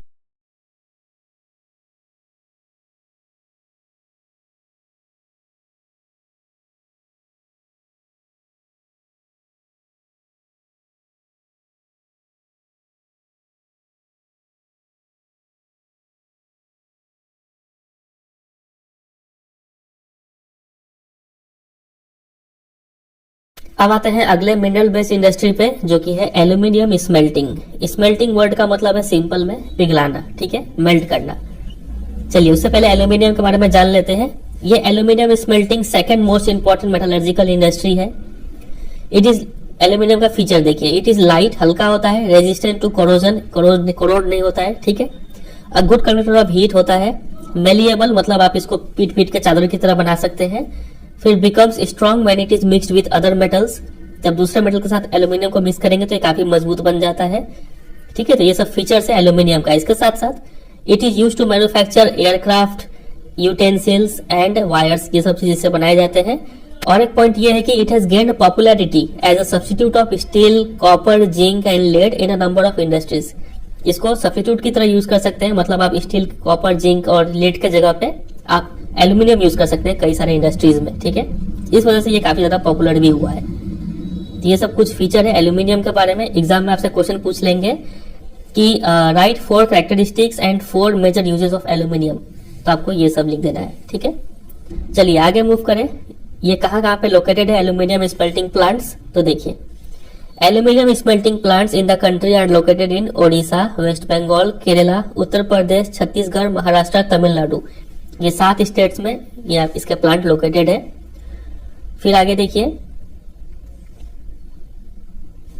इसका जो रॉ मटेरियल है वो क्या है, बॉक्साइट। ये एक मिनरल है जिससे क्या मिलता है, एल्यूमिनियम मिलता है। याद है आपको, फर्स्ट पेज में ही आपको बोले थे, याद कर लीजिएगा कि एल्यूमिनियम किससे ऑब्टेन किया जाता है, बॉक्साइट से। इसके ऊपर एक क्वेश्चन बनता है कि which industry uses bauxite as a raw material, तो आपको लिखना पड़ेगा एल्यूमिनियम स्मेल्टिंग। ठीक है, बॉक्साइट का फीचर क्या है, it is a very bulky dark reddish coloured rock. ठीक है, ये इसका फीचर है। फिर आगे लिखा है कि the flow chart given below shows the process of manufacturing aluminium. यहाँ पे फ्लो चार्ट में बताया गया है, तो इतना डिटेल में हम नहीं जाएंगे, ये काफी कॉम्प्लेक्स प्रोसेस होता है। आप सिर्फ इतना ध्यान रखिए कि अगर आप 4 या फिर 6 टन ऑफ बॉक्साइट लेते हैं ना, यही वाला बॉक्साइट, ठीक है, तो क्या होगा, इसको आप एल्यूमिनियम में सबसे पहले कन्वर्ट करेंगे एल्यूमिना पे। ठीक है, इसको क्रश करेंगे, छोटे छोटे टुकड़े कर देंगे, तो 2 टन ऑफ एल्यूमिना मिलेगा। ठीक है, और इसको जब फाइनली मेल्ट करके प्यूरिफाई करके एल्यूमिनियम जब निकालेंगे तो आपको सिर्फ 1 टन एल्यूमिनियम मिल रहा होगा। मतलब कहाँ आप 4 से 6 टन बॉक्साइट लेते हैं और आपको सिर्फ 1 टन एल्यूमिनियम यानी फाइनल प्रोडक्ट मिलता है। तो इसी से आप अंदाजा लगा लीजिए कि ये बॉक्साइट जो है वो कितना बल्की होता है। ठीक है, कितना वेस्ट प्रोडक्ट यहाँ पे निकलता होगा। तो यहाँ पे हमें एक चीज समझ में आ रहा है कि इस इंडस्ट्री को यानी एल्यूमिनियम स्मेल्टिंग में मेनली 2 ही चीज बहुत इंपॉर्टेंट रोल प्ले करते हैं। एक है रॉ मटेरियल का रेगुलर सप्लाई, यानी बॉक्साइट आपको अच्छे क्वांटिटी में मिलने चाहिए, ठीक है, कम दाम में मिलने चाहिए। और दूसरा, जब आप इस एल्यूमिनियम को मेल्ट करके एल्यूमिनियम बना रहे होंगे, काफी हाई टेम्परेचर पर हीट करना पड़ता है, तो यहाँ पे जो regular supply of electricity maintain रहना चाहिए। ठीक है, तो यही 2 इंपॉर्टेंट फैक्टर है। देखिए, रेगुलर सप्लाई ऑफ इलेक्ट्रिसिटी और दूसरा ए short source of raw material at minimum cost, ये 2 प्राइम फैक्टर है जो अफेक्ट करते हैं इंडस्ट्री का लोकेशन को। ठीक है, जहां पे ये 2 चीज अवेलेबल होंगे इंडस्ट्री वहीं पे लोकेट हो जाएंगे। ठीक है, चलिए अगला मिनरल बेस्ड इंडस्ट्री है केमिकल इंडस्ट्रीज, जिसमें क्या बनाया जाता है, केमिकल्स। ठीक है, चलिए देखते हैं। यह इंडस्ट्री काफी तेज गति से ग्रो कर रहा है और डाइवर्सिफाई भी कर रहा है, मतलब अलग अलग प्रोडक्ट्स बनाए जा रहा है। ठीक है, और ये केमिकल इंडस्ट्रीज क्या तो लार्ज स्केल इंडस्ट्री भी हो सकते हैं या फिर स्मॉल स्केल इंडस्ट्री भी हो सकते हैं। हमें पता है लार्ज स्केल स्मॉल स्केल क्या होता है। स्मॉल स्केल यानी उसमें इन्वेस्टमेंट 1 करोड़ से कम होगा। ठीक है, तब उस इंडस्ट्री को स्मॉल स्केल इंडस्ट्री बोलते हैं। ठीक है, तो ये केमिकल इंडस्ट्रीज दोनों ही टाइप के होते हैं, लार्ज स्केल स्मॉल स्केल दोनों। ठीक है, केमिकल इंडस्ट्रीज 2 टाइप के केमिकल्स बनाते हैं, एक होता है इनऑर्गेनिक केमिकल्स और दूसरा होता है ऑर्गेनिक केमिकल्स। ठीक है, इनऑर्गेनिक केमिकल्स में क्या आते हैं, देखिए, inorganic chemicals include sulphuric acid, फिर इसके बाद नाइट्रिक एसिड, फिर alkali, soda ash and caustic soda, ये सब जो केमिकल है ये आते हैं इनऑर्गेनिक केमिकल्स में। यहाँ पे जो दिया गया था सल्फ्यूरिक एसिड, सल्फ्यूरिक एसिड का यूज करके हम क्या मैन्युफैक्चर करते हैं, fertilizers, synthetic fibres, plastics, adhesives, paints, dyes stuffs, ये सब चीजें बनाते हैं सल्फ्यूरिक एसिड का इस्तेमाल करके, ठीक है। फिर वहीं पर सोडा एश जो है इसका यूज करते हैं to make glass, soaps, detergents, paper. तो ये सब कुछ प्रोडक्ट्स है जो कि बेस्ड है इनऑर्गेनिक केमिकल्स पे, ठीक है। बात करें लोकेशन का, तो ये जो इनऑर्गेनिक केमिकल इंडस्ट्री है, ये जो इंडस्ट्री पूरे कंट्री में फैली हुई है, ठीक है, वाइडली स्प्रेड है। और दूसरा जो इंडस्ट्री है जो कि है ऑर्गेनिक केमिकल इंडस्ट्री, तो ऑर्गेनिक केमिकल्स में आते हैं पेट्रोकेमिकल्स, ठीक है। और इन पेट्रोकेमिकल्स का यूज करके क्या बनाया जाता है, सिंथेटिक फाइबर्स हो गया, synthetic rubber, plastic, dye stuffs, drugs, pharmaceuticals, ये सब प्रोडक्ट्स है बेस्ड ऑन ऑर्गेनिक केमिकल्स, ठीक है। ये जो ऑर्गेनिक केमिकल इंडस्ट्री है ये कहाँ पे लोकेटेड होती है, तो ये मेनली लोकेटेड होती है नियर ऑयल रिफाइनरीज और पेट्रोकेमिकल प्लांट्स, ताकि यहाँ से रॉ मटेरियल इजिली इनको अवेलेबल हो जाए, ठीक है। तो एग्जाम में इसके ऊपर क्वेश्चन पूछ लेते हैं कि केमिकल इंडस्ट्री कितने टाइप के होते हैं, तो आपको लिखना पड़ेगा 2, ऑर्गेनिक केमिकल इंडस्ट्री और इनऑर्गेनिक केमिकल इंडस्ट्री। इन दोनों के बीच में डिफरेंस पूछेंगे तो आप लिख सकेंगे कि ऑर्गेनिक केमिकल्स में कौन से आते हैं, सल्फ्यूरिक एसिड हो गया, nitric acid, alkali, soda ash और कॉस्टिक सोडा। और इसमें कौन से केमिकल्स आते हैं, पेट्रोकेमिकल्स, जिसका यूज करके ये सब प्रोडक्ट बनाया जाता है, ठीक है। पहला पॉइंट में तो ये लिख देंगे और दूसरे पॉइंट में आप लिखेंगे लोकेशन के बेसिस पे कि ये जो इनऑर्गेनिक है ये वाइडली स्प्रेड है ओवर द कंट्री, और जो ऑर्गेनिक केमिकल इंडस्ट्री है ये कहाँ पे लोकेटेड है, मेनली ऑयल रिफाइनरीज और पेट्रोकेमिकल प्लांट्स के पास में, ठीक है। चलिए फिर इसके बाद इसी के ऊपर एक और क्वेश्चन बन जाता है कि list 5 products each of inorganic and organic chemical industry. Inorganic का 5 प्रोडक्ट बताना है तो आप ये लिख सकते हैं, फर्टिलाइजर, सिंथेटिक फाइबर्स, प्लास्टिक, कोई भी 5 आप लिख सकते हैं, ठीक है, ये सब भी प्रोडक्ट ही है। और ऑर्गेनिक केमिकल का कोई भी 5 प्रोडक्ट, तो यहाँ से आप लिख सकते हैं कोई भी 5, ठीक है। चलिए आगे अगला पॉइंट पे मूव करते हैं, chemical industry is its own largest consumer. ये लाइन भी काफी इंपॉर्टेंट, इसके ऊपर भी क्वेश्चन बन सकता है कि जो केमिकल इंडस्ट्री जो प्रोडक्ट बनाती है, ठीक है, वही प्रोडक्ट को ये खुद ही कंज्यूम भी कर लेती है, ठीक है। तो यहाँ पे बोला गया कि ये अपना ही लार्जेस्ट कंज्यूमर है। कैसे, देखिए, basic chemicals undergo processing to further produce other chemicals that are used for industrial application, agriculture और डायरेक्टली फॉर कंज्यूमर मार्केट। मान लीजिए ये इंडस्ट्री कोई केमिकल बनाया, फिर इसी को प्रोसेस करके यही इंडस्ट्री में प्रोसेसिंग होता है, एक और केमिकल बन गया, ठीक है। तो मतलब ये जो केमिकल बना था ये इसी इंडस्ट्री ने यूज कर लिया, ठीक है, वो यहाँ पे लिखा है। तो जो फाइनल जो केमिकल बनता है, प्रोडक्ट बनता है, उसका यूज किया जाता है अलग अलग पर्पज के लिए, इंडस्ट्री के लिए, एग्रीकल्चर के लिए, या फिर कोई भी मार्केट में बिक जाता है, ठीक है। चलिए, तो ये छोटा सा बात आप ध्यान रखेंगे कि अपना प्रोडक्ट खुद ही कंज्यूम करती है। और ये टाइप्स, चलिए, तो ये खत्म हो गया हमारा केमिकल इंडस्ट्री। अब हम किस पे मूव करेंगे, अगला इंडस्ट्री है fertilizer industry. Fertilizer industry mainly 4 type के फर्टिलाइजर बनाते हैं। वो चारों फर्टिलाइजर कौन से है, देखिए, number 1 nitrogenous fertilizer, number 2 phosphatic fertilizers, number 3 ammonium phosphate DAP, और नंबर 4 कॉम्प्लेक्स फर्टिलाइजर्स जो कि बनता है NPK को मिला के, ठीक है, नाइट्रोजन, फॉस्फेट और पोटाश को मिला के ये कॉम्प्लेक्स फर्टिलाइजर्स बनाया जाता है। तो ये 4 टाइप के फर्टिलाइजर ही मेनली बनाए जाते हैं इन फर्टिलाइजर इंडस्ट्री में, ठीक है। नाइट्रोजनस फर्टिलाइजर का यहाँ पे मतलब था मेनली यूरिया, ठीक है। चलिए, तो ये बात आप ध्यान रखेंगे। इसके बाद यहाँ पे जो आप देखे थे कि ये जो कॉम्प्लेक्स फर्टिलाइजर है ये 4 फर्टिलाइजर को मिलकर बनाया जाता है, नाइट्रोजन, फॉस्फेट और पोटास। इसमें जो ये तीसरा वाला है ना, पोटास, ये हम लोग को, हमारे कंट्री को पूरी इंपोर्ट करवाना पड़ता है, यानी दूसरे कंट्री से मंगवाना पड़ता है पोटास को। क्यों? क्योंकि हमारे कंट्री में कमर्शियली यूजेबल पोटास उतना उसका रिजर्व अवेलेबल नहीं है, ठीक है। तो अवेलेबल नहीं है तभी तो मंगा रहे दूसरे कंट्री से, ठीक है। ये बात भी आप ध्यान रखेंगे। इस लाइन के ऊपर एक क्वेश्चन बन जाता है कि name the fertilizer which India needs to import and why. तो हम कौन सा फर्टिलाइजर इंपोर्ट करते हैं, पोटास, क्योंकि हमारे पास our country doesn't have any reserves of commercially usable potash. इतना लिख देना है आपको, ठीक है। चलिए, अब बात करते हैं ये जो फर्टिलाइजर इंडस्ट्री है ये कहाँ पे लोकेटेड है मेनली। तो ये प्रोमिनेंट नाम है, गुजरात हो गया, तमिलनाडु, उत्तर प्रदेश, पंजाब एंड केरला। ये आधे से ज्यादा फर्टिलाइजर प्रोडक्शन यही कुछ स्टेट्स मिलकर कर देते हैं, ठीक है। तो आप इतना ही नाम याद रखें। चलिए, तो इतना ही ध्यान रखना है आपको फर्टिलाइजर इंडस्ट्री से। आगे मूव कर जाते हैं हम सीमेंट इंडस्ट्री पे। ये तो आपको पता ही है, सीमेंट का यूज किया जाता है फॉर कंस्ट्रक्शन एक्टिविटीज। जो भी चीज बनाना हो, घर बनाना हो, factory, bridge, road, airport, dams, उसमें क्या चाहिए होता है? सीमेंट चाहिए होता है। ठीक है, अब बात करते हैं ये सीमेंट इंडस्ट्री, यानी ये तो सीमेंट बनाएगा, तो सीमेंट बनाने के लिए क्या क्या चीज चाहिए होता है, क्या क्या रॉ मटेरियल चाहिए वो देखते हैं। ठीक है, तो इसका जो रॉ मटेरियल होता है ना, वो काफी बल्की और हेवी होता है। कौन सा रॉ मटेरियल इसको चाहिए? 3 चाहिए मेनली। एक होता है लाइमस्टोन, दूसरा होता है सिलिका और तीसरा होता है gypsum. Very very very important. Exam में डायरेक्ट क्वेश्चन बनता है, आपसे पूछेंगे कि name the important raw materials used in the manufacturing of cement. तो आपको ये 3 रॉ मटेरियल का नाम याद रखना है, लाइमस्टोन, सिलिका, जिप्सम। ठीक है, फिर आगे देखिए, coal and electric power are needed apart from rail transportation. अब हमें पता है कि ये जो रॉ मटेरियल है ये काफी हैवी और बल्की है, तो इसके लिए अच्छा ट्रांसपोर्टेशन चाहिए, तो रेल ट्रांसपोर्टेशन तो चाहिए। ठीक है, साथ ही साथ और क्या चाहिए हमें? कोल और इलेक्ट्रिक पावर का रेगुलर सप्लाई चाहिए, तब सीमेंट मैन्युफैक्चरिंग अच्छा से हो पाएगा। ठीक है, तो एग्जाम में आपसे क्वेश्चन पूछ लेंगे कि write down the location factor of cement industry. तो कहाँ पे मेनली लोकेटेड होता है? जहां पे रेल ट्रांसपोर्टेशन अवेलेबल हो, ठीक है, कोल एंड इलेक्ट्रिक पावर अवेलेबल हो, और तीसरा रॉ मटेरियल अवेलेबल हो। ठीक है, चलिए फिर आगे देखिए, the industry has strategically located plants in Gujarat that have suitable access to the market in the Gulf countries. ये इंडस्ट्री के ज्यादातर जो प्लांट्स है ना, वो कहाँ पे लोकेटेड है? गुजरात में। क्यों? क्योंकि यहाँ पे गल्फ कंट्रीज तक अपना माल को बेच पाना इजी पड़ता है। गल्फ कंट्रीज में कौन से आते हैं?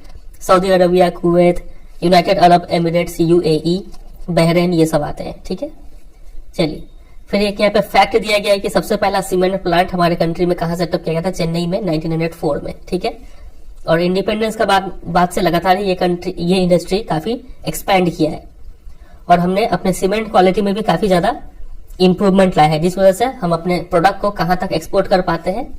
ये सब मार्केट में देखिए, east Asia, middle east, Africa, south Asia, ये सब में हम अपने प्रोडक्ट को इजिली बेच पाते हैं। ये क्यों बेच पाते हैं? क्योंकि हमने अपना क्वालिटी इंप्रूव किया है। ठीक है, चलिए तो इतना ही बात आपको ध्यान रखना है सीमेंट इंडस्ट्री से, इससे बाहर तो कुछ नहीं आएगा। अगला इंडस्ट्री है ऑटोमोबाइल इंडस्ट्री। ऑटोमोबाइल इंडस्ट्री क्या बना के देगा आपको? व्हीकल्स बना के देगा, जो ट्रक्स हो गए, buses, cars, motorcycles, scooters, 3 wheeler, multi utility vehicles, ये सभी मैन्युफैक्चर किए जाते हैं इंडिया में। ठीक है, एट वेरियस सेंटर्स, और ये सभी प्रोडक्ट ऑटोमोबाइल इंडस्ट्री के हैं। ठीक है, ये इंडस्ट्री का इतना ग्रो करने का पीछे एक ही रीजन है, वो रीजन क्या है? लिबरलाइजेशन। लिबरलाइजेशन काफी एक इंपॉर्टेंट रोल प्ले किया है इस इंडस्ट्री को ग्रो करने में। लिबरलाइजेशन का मतलब कि आप जो प्राइवेट बॉडीज है, ठीक है, उनको आप काम करने के लिए मोटिवेट करते हैं। ठीक है, मतलब वो इंडस्ट्री जो जिसमें सिर्फ पहले गवर्नमेंट रोल प्ले करती थी, अब उस इंडस्ट्री में क्या किया गया कि प्राइवेट बॉडी को भी अलाउ किया गया कि आप भी आके इसमें कुछ काम कीजिए। ठीक है, इससे इसका क्या होगा? इफिशियंसी बढ़ा। इसके साथ साथ एफडीआई, फॉरेन डायरेक्ट इन्वेस्टमेंट, अगर विदेशी लोग अगर कुछ पैसा लगाना चाहते हैं तो वो भी अलाउ किया गया। एफडीआई का फायदा यह है कि ये लोग पैसे के साथ साथ खुद के साथ टेक्नोलॉजी भी लेके आते हैं। ठीक है, तो ये टेक्नोलॉजी से कंट्री को डेवलप करने में काफी हेल्प मिलता है, समझे कि नहीं? तो ये लिबरलाइजेशन का वजह से देखिए क्या क्या हुआ। The coming in of new and contemporary models stimulated the demand for vehicles in the market.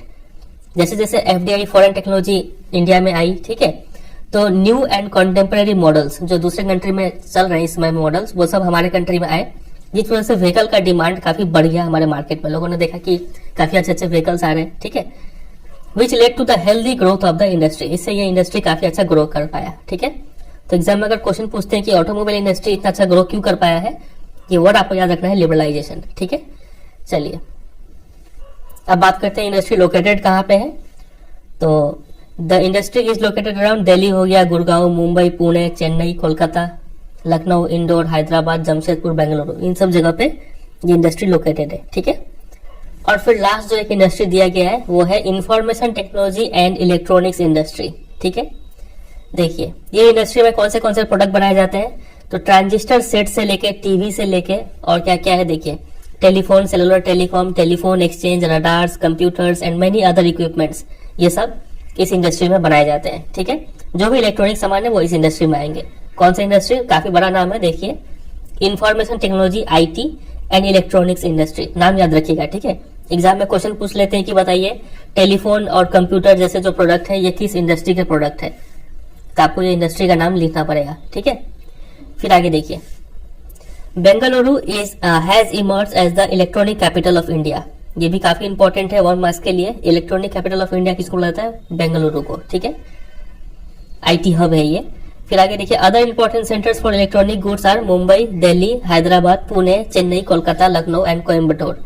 ये सब भी काफी इंपॉर्टेंट मतलब आईटी हब है यहाँ पे, ठीक है। और सबसे इंपॉर्टेंट रोल ये इंडस्ट्री जो प्ले किया है वो प्ले किया है एम्प्लॉयमेंट के केस में। काफी ज्यादा लोगों को यहाँ पे रोजगार मिला है, ठीक है। एम्प्लॉयमेंट जनरेशन में ये काफी इंपॉर्टेंट रोल प्ले करता है। चलिए, तो इतना ही पॉइंट आप ध्यान रखेंगे इस इंडस्ट्री से, काफी होगा।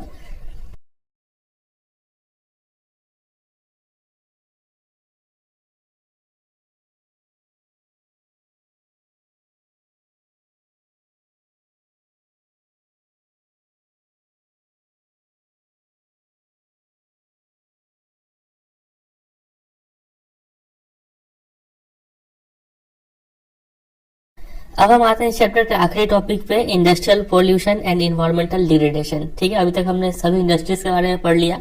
अब देखते हैं कि इंडस्ट्रीज क्या पॉल्यूट करती है, इन्वायरमेंट पे क्या इम्पैक्ट पड़ता है उनका, ठीक है। तो देखिए, इंडस्ट्रीज मेनली 4 टाइप के पोल्यूशन करती है। सबसे पहला होता है एयर पोल्यूशन, फिर वाटर पोल्यूशन, फिर लैंड पोल्यूशन और फिर नॉइस पोल्यूशन, ठीक है। इसके साथ साथ थर्मल पोल्यूशन भी होता है और भी बहुत सारा है, ठीक है। तो मेनली ये 4 टाइप के, चलिए स्टडी करते हैं इन चारों को। स्टार्ट करते हैं एयर पोल्यूशन से। एयर पोल्यूशन होता कब है? देखिए, जब हवा में जो अनडिजायरेबल गैसेस है, अनडिजायरेबल गैसेस जैसे कि सल्फर डाइऑक्साइड, कार्बन मोनोऑक्साइड, ठीक है, ये सब गैसेस का प्रोपोर्शन हाई हो जाए हवा में, तब इस सिचुएशन को बोलते हैं एयर पोल्यूशन। समझ गए? ये डेफिनेशन आप कर लेंगे। इसके बाद देखिए और क्या क्या होता है। एयर बॉर्न पार्टिकुलेट मैटर्स, इस फ्रेज को समझिएगा। यहाँ पे ये BORNE, इसका मतलब होता है कैरिड बाई, ठीक है। ऐसे पार्टिकल्स जो एयर कैरी करते हैं। पार्टिकुलेट मैटर्स मतलब जो छोटे छोटे पार्टिकल से बने हुए हैं। तो ये जो छोटे छोटे पार्टिकल्स हैं जो हवा कैरी करता है, ये छोटे छोटे पार्टिकल्स क्या तो सॉलिड पार्टिकल्स भी हो सकते हैं या फिर लिक्विड पार्टिकल्स भी हो सकते हैं, ठीक है। और इन पार्टिकल्स में मेनली होता क्या है? डस्ट होते हैं, स्प्रेज, मिस्ट होते हैं, स्मोक होते हैं, ठीक है। ये स्मोक रिलीज कौन करता है? देखिए, smoke is emitted by chemical and paper factories, फिर ब्रिक क्लीन्स, जो ईंट की भट्टियां है वहां से काफी ज्यादा स्मोक निकलता है। Refineries, smelting plants and burning of fossil fuels in big and small factories that ignore pollution norms. तो ये सब इंडस्ट्रीज जो है मेनली स्मोक रिलीज करते हैं काफी हाई अमाउंट में, ठीक है। और कुछ इंडस्ट्रीज में फॉसिल फ्यूल्स को बर्न किया जाता है तो वहां पे भी काफी ज्यादा स्मोक रिलीज होता है। और ये इंडस्ट्रीज यहाँ पे क्या कर रही है? पोल्यूशन नॉर्म्स को वायलेट कर रही है, ठीक है। फिर अगला पॉइंट देखिए, इसमें क्या लिखा है। कभी कभी एयर पोल्यूशन कुछ एक्सीडेंट का वजह से भी होता है। कभी कभी टॉक्सिक गैस लीक्स हो जाता है और इसका काफी लॉन्ग टर्म इफेक्ट भी पड़ता है। इसका सबसे बड़ा एग्जांपल है भोपाल गैस ट्रेजिडी, ठीक है। यहाँ पे काफी डिस्ट्रक्शन हुआ था इस एक्सीडेंट के बाद। फिर आगे देखिए, इसका इफेक्ट क्या पड़ता है एयर पोल्यूशन का। तो air pollution adversely effect human health, ठीक है। हमारा लंग्स इफेक्टेड होता है, एनिमल्स इफेक्टेड होते हैं, प्लांट्स, बिल्डिंग्स, एटमोस्फेयर, सभी चीज इफेक्टेड होता है, ठीक है। यही एयर पोल्यूशन की वजह से एसिड रेन भी होता है जिससे हमारे मॉन्यूमेंट्स भी डिस्ट्रॉय हो जाते हैं। तो ये सब सारा कुछ पॉइंट्स है एयर पोल्यूशन के बारे में, समझे कि नहीं। अब सवाल होता है कि इससे क्वेश्चन कैसे पूछा जाएगा। तो क्वेश्चन ऐसे पूछेंगे आपसे कि how do industries pollute air. Industries कैसे पॉल्यूट करते हैं, तो आपको ये सारा पॉइंट लिखना पड़ जाएगा। एयर पोल्यूशन का डेफिनेशन लिख देंगे, फिर एयरबॉर्न जो पार्टिकुलेट मैटर्स है, इसमें सॉलिड और लिक्विड दोनों ही पार्टिकल्स आते हैं, ये सब पार्टिकल्स है। फिर यहाँ पे स्मोक के बारे में डिस्कस किया गया कि स्मोक कौन से टाइप के इंडस्ट्रीज मेनली रिलीज करते हैं। और कभी कभी एयर पोल्यूशन कभी एक्सीडेंट का वजह से भी होता है, गैस लीक का वजह से हो जाता है, एग्जाम्पल भोपाल गैस ट्रेजिडी, ठीक है। फिर अगला क्वेश्चन इसी में पूछेंगे कि explain the effects of air pollution. तो एयर पोल्यूशन का क्या क्या इफेक्ट है, तो आप ये पॉइंट लिख सकते हैं यहाँ पे, ठीक है। चलिए मूव करते हैं अगले पोल्यूशन पे, जो कि है वाटर पोल्यूशन। आगे चल के हम लोग पढ़ेंगे कि इस पोल्यूशन को कम कैसे करते हैं, एयर पोल्यूशन को, वाटर पोल्यूशन को। फिलहाल अभी हम सिर्फ पोल्यूशन के बारे में डिस्कस कर रहे हैं। कंट्रोल करने का मेजर्स थोड़ी देर में आएंगे उस पर। तो लिखा है कि water pollution is caused by organic and inorganic industrial waste and effluents. यहाँ पे आप ध्यान दीजिएगा, अफ्लुएंट, यहाँ पे 2 टाइप का वर्ड होता है। एक होता है इफ्लुएंट, EFFLUENT, और एक होता है अफ्लुएंट। ये अफ्लुएंट का मतलब होता है रिच, ठीक है, अमीर होना। और ये इफ्लुएंट का मतलब होता है लिक्विड वेस्ट। तो आप भी बताइए यहाँ पे क्या होना चाहिए था, यहाँ पे इफ्लुएंट होना चाहिए था। ये वर्ड यहाँ पे गलती से टाइप हो गया है, यहाँ पे ए को हटा के आप ई कीजिएगा अपने बुक में, ठीक है। तो वही लिखा है कि वाटर पोल्यूशन तब होता है जब इंडस्ट्रीज जो है वो अपने ऑर्गेनिक और इनऑर्गेनिक वेस्ट और इफ्लुएंट मतलब जो लिक्विड वेस्ट है वो सब डायरेक्टली रिवर में डिस्चार्ज कर देते हैं तब, ठीक है। तो ऑर्गेनिक वेस्ट क्या होता है? ऑर्गेनिक वेस्ट मतलब बायोडिग्रेडेबल वेस्ट जो अपने से सड़ गल जाए, और ये सब प्लांट और एनिमल से आते हैं, ठीक है। और इनऑर्गेनिक वेस्ट में जो भी केमिकल्स वगैरह है वो आते हैं, ठीक है।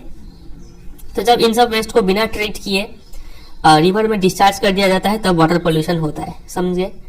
तो किस टाइप के इंडस्ट्रीज मेनली ये पोल्यूशन करते हैं?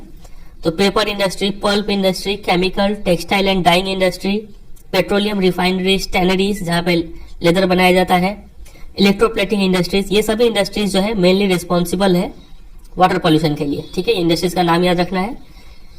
ये इंडस्ट्रीज किस टाइप के वेस्ट रिलीज करते हैं देखिए। तो जो डाइंग इंडस्ट्री है वो डाइज और डिटर्जेंट रिलीज करते हैं। जो केमिकल इंडस्ट्री है वो लोग एसिड रिलीज करते होंगे, सॉल्ट रिलीज करते होंगे, हैवी मेटल। ये जो इलेक्ट्रोप्लेटिंग इंडस्ट्री है जहाँ पे किसी एक मेटल पे दूसरे मेटल का परत चढ़ाया जाता है, ठीक है। इस इंडस्ट्री में हैवी मेटल जैसे कि लेड, मरकरी ये सब का वेस्ट डिस्चार्ज किया जाता है। फिर pesticides, fertilizer, synthetic chemicals with carbon, plastic, rubber, ये सभी वाटर बॉडीज में छोड़ दिया जाता है। तो ये सब जो वेस्ट है कहाँ से आता है? यही सब इंडस्ट्री से आता है, ठीक है। तो इससे वाटर पोल्यूशन होता है। इसके साथ साथ कुछ सॉलिड वेस्ट भी है जैसे कि फ्लाई ऐश, कुछ चीज जलाने के बाद जो राख बच गया वो, फॉस्फोजिप्सम, जब फर्टिलाइजर बनाया जाता है तब ये वेस्ट निकलता है। फिर आयरन एंड स्टील स्लैग, जब स्टील का मैन्युफैक्चरिंग किया जाता है तो जो भी वेस्ट निकलता है वो, ये सब मेजर क्या है? सॉलिड वेस्ट है। तो ये खैर अलग पॉइंट है। फिलहाल आप इतना ध्यान रखें कि वाटर पोल्यूशन होता कब है, कौन से इंडस्ट्रीज रेस्पॉन्सिबल है, किस किस टाइप के वेस्ट को डंप किया जाता है वाटर बॉडीज में, ठीक है। यहाँ से देख लेते हैं क्वेश्चन कैसा बनेगा। आपसे पूछेंगे कि how do industries cause water pollution, कैसे वाटर पोल्यूशन करते हैं, तो ये बात लिखना पड़ेगा यहाँ से यहाँ तक। फिर इसी में अगर ऐड करते हैं कि give examples of industries which cause a lot of water pollution, तो कौन से इंडस्ट्रीज हैं, तो ये सारा बात आप लिख सकते हैं, ठीक है। और how do industries cause water pollution में आप ये पूरा भी बात लिख सकते हैं, ठीक है। चलिए आ जाते हैं अगले पोल्यूशन पे जो कि है थर्मल पोल्यूशन। थर्मल पोल्यूशन तब होता है जब जो फैक्ट्रीज है या फिर जो थर्मल प्लांट्स है ये सब अपने यहाँ के जो गर्म पानी होते हैं उसको बिना ठंडा किए अगर रिवर और पॉन्ड में ड्रेन कर देते हैं, मतलब गर्म पानी को डायरेक्टली रिवर या फिर ड्रेन में छोड़ दिया जाता है, तो वो गर्म पानी जाके क्या करता है? थर्मल पोल्यूशन करता है, ठीक है। गर्म पानी को छोड़ना ही थर्मल पोल्यूशन कहा जाता है, क्योंकि नदी में नॉर्मल टेम्परेचर पर पानी बह रहा है या फिर ठंडा पानी बह रहा है, इसमें जो मछलियां है, जो एक्वेटिक लाइफ है, वो सब इसमें सर्वाइव कर रही है। जैसे इसमें कोई गर्म पानी रिलीज कर देता है, साफ हो या फिर गंदा हो कोई मतलब नहीं है, तो इससे क्या होगा कि एक्वेटिक लाइफ काफी अफेक्टेड हो जाएंगी, ठीक है। ये मछली हो सकता है वहां पे ना जिंदा बच सके, तो वो यहाँ पे लिखा है thermal pollution of water occurs when hot water from factories and thermal plants is drained into rivers and ponds before cooling. बिना ठंडा किए अगर आप गर्म पानी छोड़ देते हैं, यही कहलाता है थर्मल पोल्यूशन। इससे होता क्या है? It affect the aquatic life, ठीक है। थर्मल पोल्यूशन से इतना ही आपको तैयार करना था। कुछ और टाइप के पोल्यूशन है जैसे कि जो न्यूक्लियर पावर प्लांट्स होते हैं, ये लोग जो वेस्ट रिलीज करते हैं ना, इन वेस्ट से काफी डेडली इफेक्ट पड़ता है। कैंसर हो जाता है लोगों को, बर्थ डिफेक्ट, मिस कैरेज, ये सब मेन इफेक्ट होता है न्यूक्लियर वेस्ट का, ठीक है। फिर एक और पोल्यूशन है जिसको बोलते हैं सॉइल पोल्यूशन। तो सॉइल पोल्यूशन जो है वो वाटर पोल्यूशन से काफी क्लोजली रिलेटेड है। कैसे? देखिए, अगर dumping of waste specially glass, harmful chemicals, industrial effluent, यहाँ पे देखिए ये स्पेलिंग सही है, इफ्लुएंट, ठीक है। ऊपर में क्या लिखा हुआ था? अफ्लुएंट, यहाँ पे ई कीजिएगा आप। तो अगर हम मिट्टी में या फिर लैंड में ग्लास हो गया, harmful chemical, industrial effluent, packaging, फिर सॉल्ट्स हो गया, गार्बेज हो गया, ये सब अगर हम डंप कर देंगे तो इससे क्या होगा? सॉइल जो है वो यूजलेस हो जाएगा। और फिर जब बारिश होगा तो क्या होगा? देखिए, rain water percolates to the soil carrying the pollutants to the ground and the ground water also gets contaminated. देखिए, ये जमीन है, आपने ये सब वेस्ट यहाँ पे अगर डंप करके रखा हुआ है, ठीक है, जमीन में ये सब है। अब बारिश होगा जब, तो ये बारिश का पानी इन सब वेस्ट को लेते हुए ग्राउंड में और अंदर चला जाएगा, और फाइनली ये सब वेस्ट जो है नीचे क्या है? ग्राउंड वाटर है, उससे मिक्स हो जाएगा। तो जब आप लैंड का पॉल्यूशन करेंगे, फिर जब सॉइल का पॉल्यूशन करेंगे तो वाटर का पॉल्यूशन भी हो जाता है। इसलिए यहाँ पे लिखा है कि soil and water pollution are closely related. समझे इतना? एग्जाम में क्वेश्चन आ सकता है कि कैसे दोनों रिलेटेड है, तो आपको यहाँ से यहाँ तक एक्सप्लेन करना पड़ेगा। ठीक है, चलिए अगला पोल्यूशन है नॉइज पोल्यूशन। ये काफी इजी है। नॉइज पोल्यूशन से क्या क्या इफेक्ट पड़ता है, इससे हमें इरिटेशन होता है, एंगर होता है, इसके साथ साथ हम बहरे भी हो सकते हैं, थोड़ा हियरिंग इम्पेयरमेंट हो सकता है, हार्ट रेट हमारा बढ़ जाता है, ब्लड प्रेशर बढ़ जाता है, और भी कई सारा मानसिक बीमारी हो जाता है नॉइज पोल्यूशन से। ठीक है, नॉइज पोल्यूशन होता कैसे है, तो जो भी इंडस्ट्रियल और कंस्ट्रक्शन एक्टिविटी है, ठीक है, कंस्ट्रक्शन जहां भी हो रहा है आपने ऑब्जर्व किया ही होगा, वहां पे काफी ज्यादा नॉइज होता है, मशीनरी, फैक्ट्री इक्विपमेंट्स, जनरेटर, ये सब चलता है तो काफी ज्यादा नॉइज रिलीज होता है। तो इतना ही पॉइंट्स है नॉइज पोल्यूशन से रिलेटेड, मेनली इसका इम्पैक्ट आपको ध्यान रखना है। चलिए, तो ये हमने पढ़ लिया वेरियस टाइप्स ऑफ पोल्यूशन जो कि इंडस्ट्रीज और फैक्ट्रीज से होता है।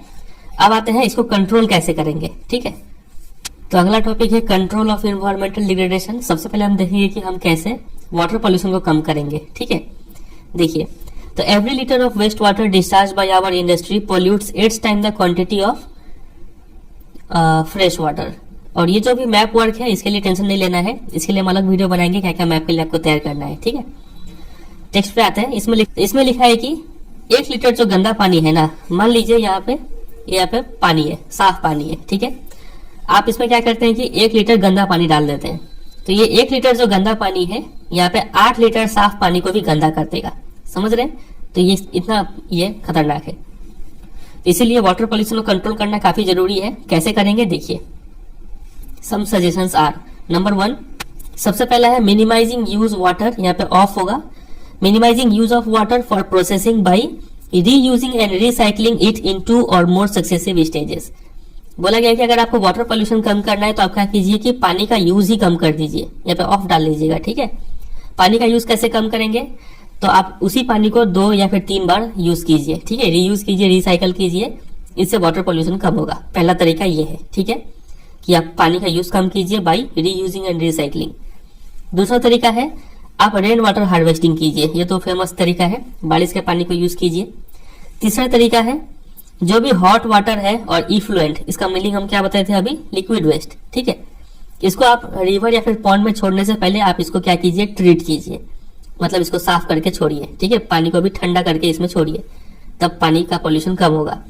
आप ये जो इंडस्ट्रियल इफ्लुएंट है इसको कैसे साफ करेंगे, कैसे ट्रीट करेंगे, देखिए 3 तरीके से कर सकते हैं, जिसको बोलते हैं प्राइमरी ट्रीटमेंट, सेकेंडरी ट्रीटमेंट और टर्शरी ट्रीटमेंट। ठीक है, प्राइमरी ट्रीटमेंट में हम मैकेनिकल या फिर फिजिकल प्रोसेस का यूज करते हैं, जिसमें छाना जाता है, पीसा जाता है, ऐसे ही पानी को छोड़ के उसमें वेस्ट को जमने दिया जाता है। ठीक है, तो ये सब तरीका आता है प्राइमरी ट्रीटमेंट में।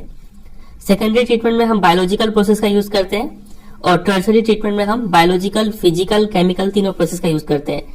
इसमें हम वेस्ट वाटर को क्या कर रहे होते हैं, रिसाइकल कर रहे होते हैं।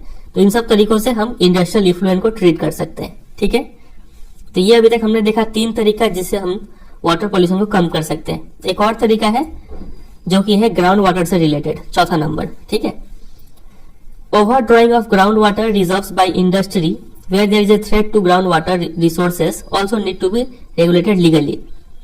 कई एरिया ऐसे होते हैं जहां पे ग्राउंड वाटर का लेवल काफी कम चुका है।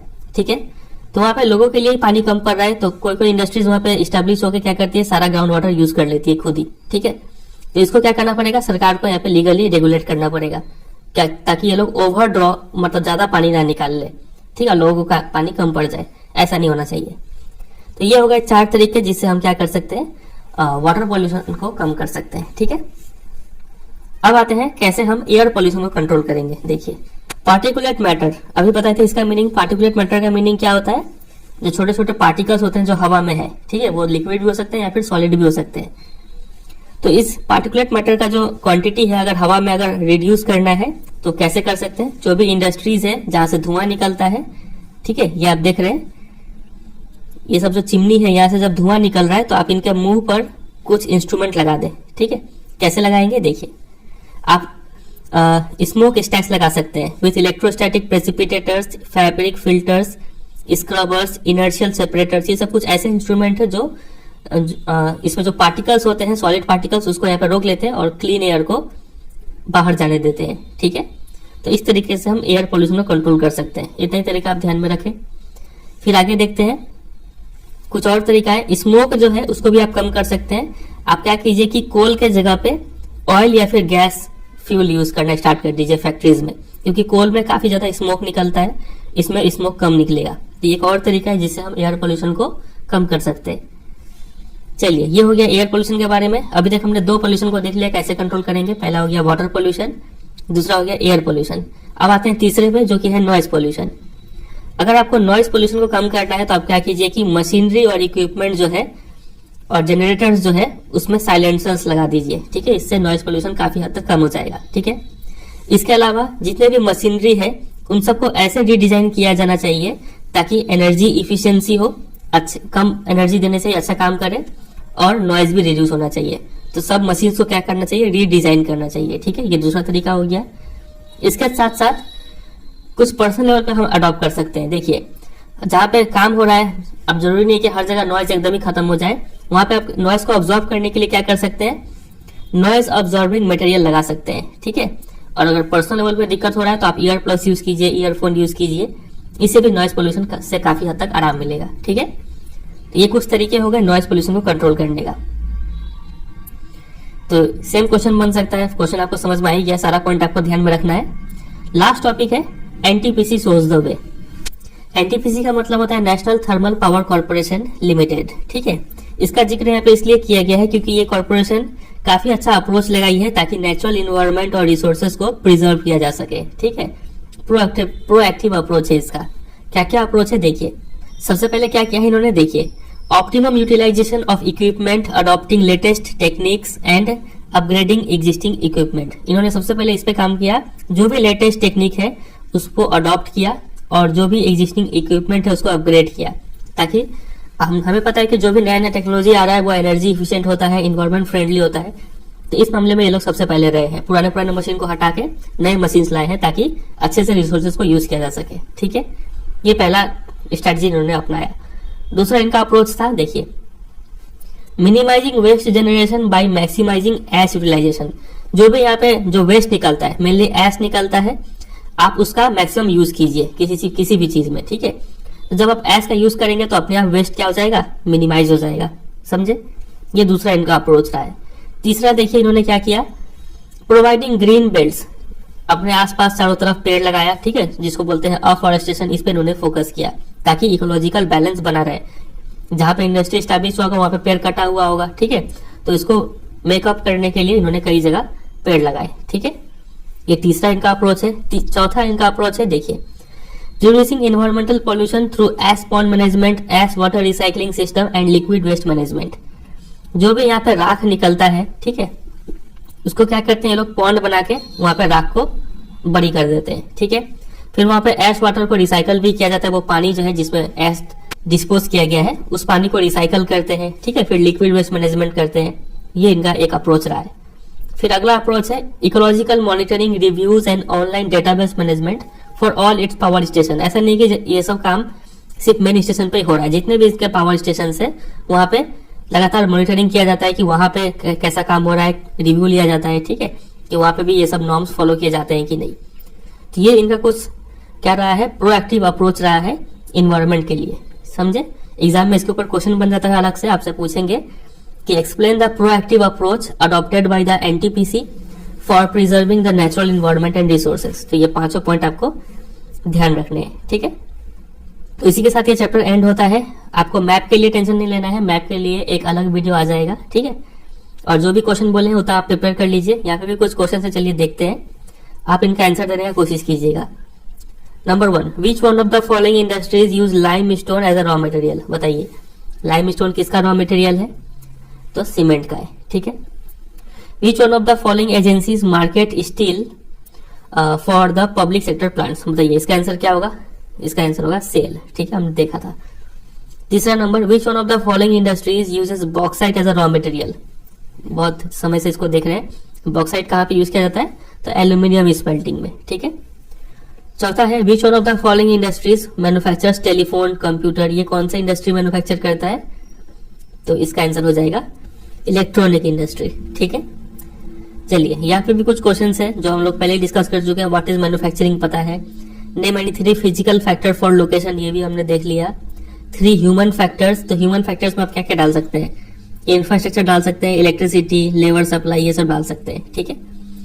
बेसिक इंडस्ट्री क्या होता है हमने देख लिया। Name the important raw material use in the manufacture of cement, ये भी हमने देख लिया था। ठीक है, ये सब कुछ क्वेश्चन है, ये सब भी हम डिस्कस कर ही चुके हैं। तो बस यही है इस चैप्टर में, जितना हम क्वेश्चन दिए हैं उसको आप अच्छे से प्रिपेयर कर लीजिएगा। ठीक है, और जो हम इंपॉर्टेंट पॉइंट्स मार्क कर रहे हैं इस चैप्टर में उसको भी अंडरलाइन कर लीजिएगा। यही पूरा नोट्स होगा, अलग से कुछ नोट्स बनाने का जरूरत नहीं है। सिर्फ क्लासिफिकेशन ऑफ इंडस्ट्रीज जो था उसका एक पेज में लिख के आप अपने रूम में चिपका सकते हैं। जो भी तरीका आपको अच्छा लगे वैसे आप उसको प्रिपेयर कर लीजिएगा। ठीक है, चलिए एंड करते हैं।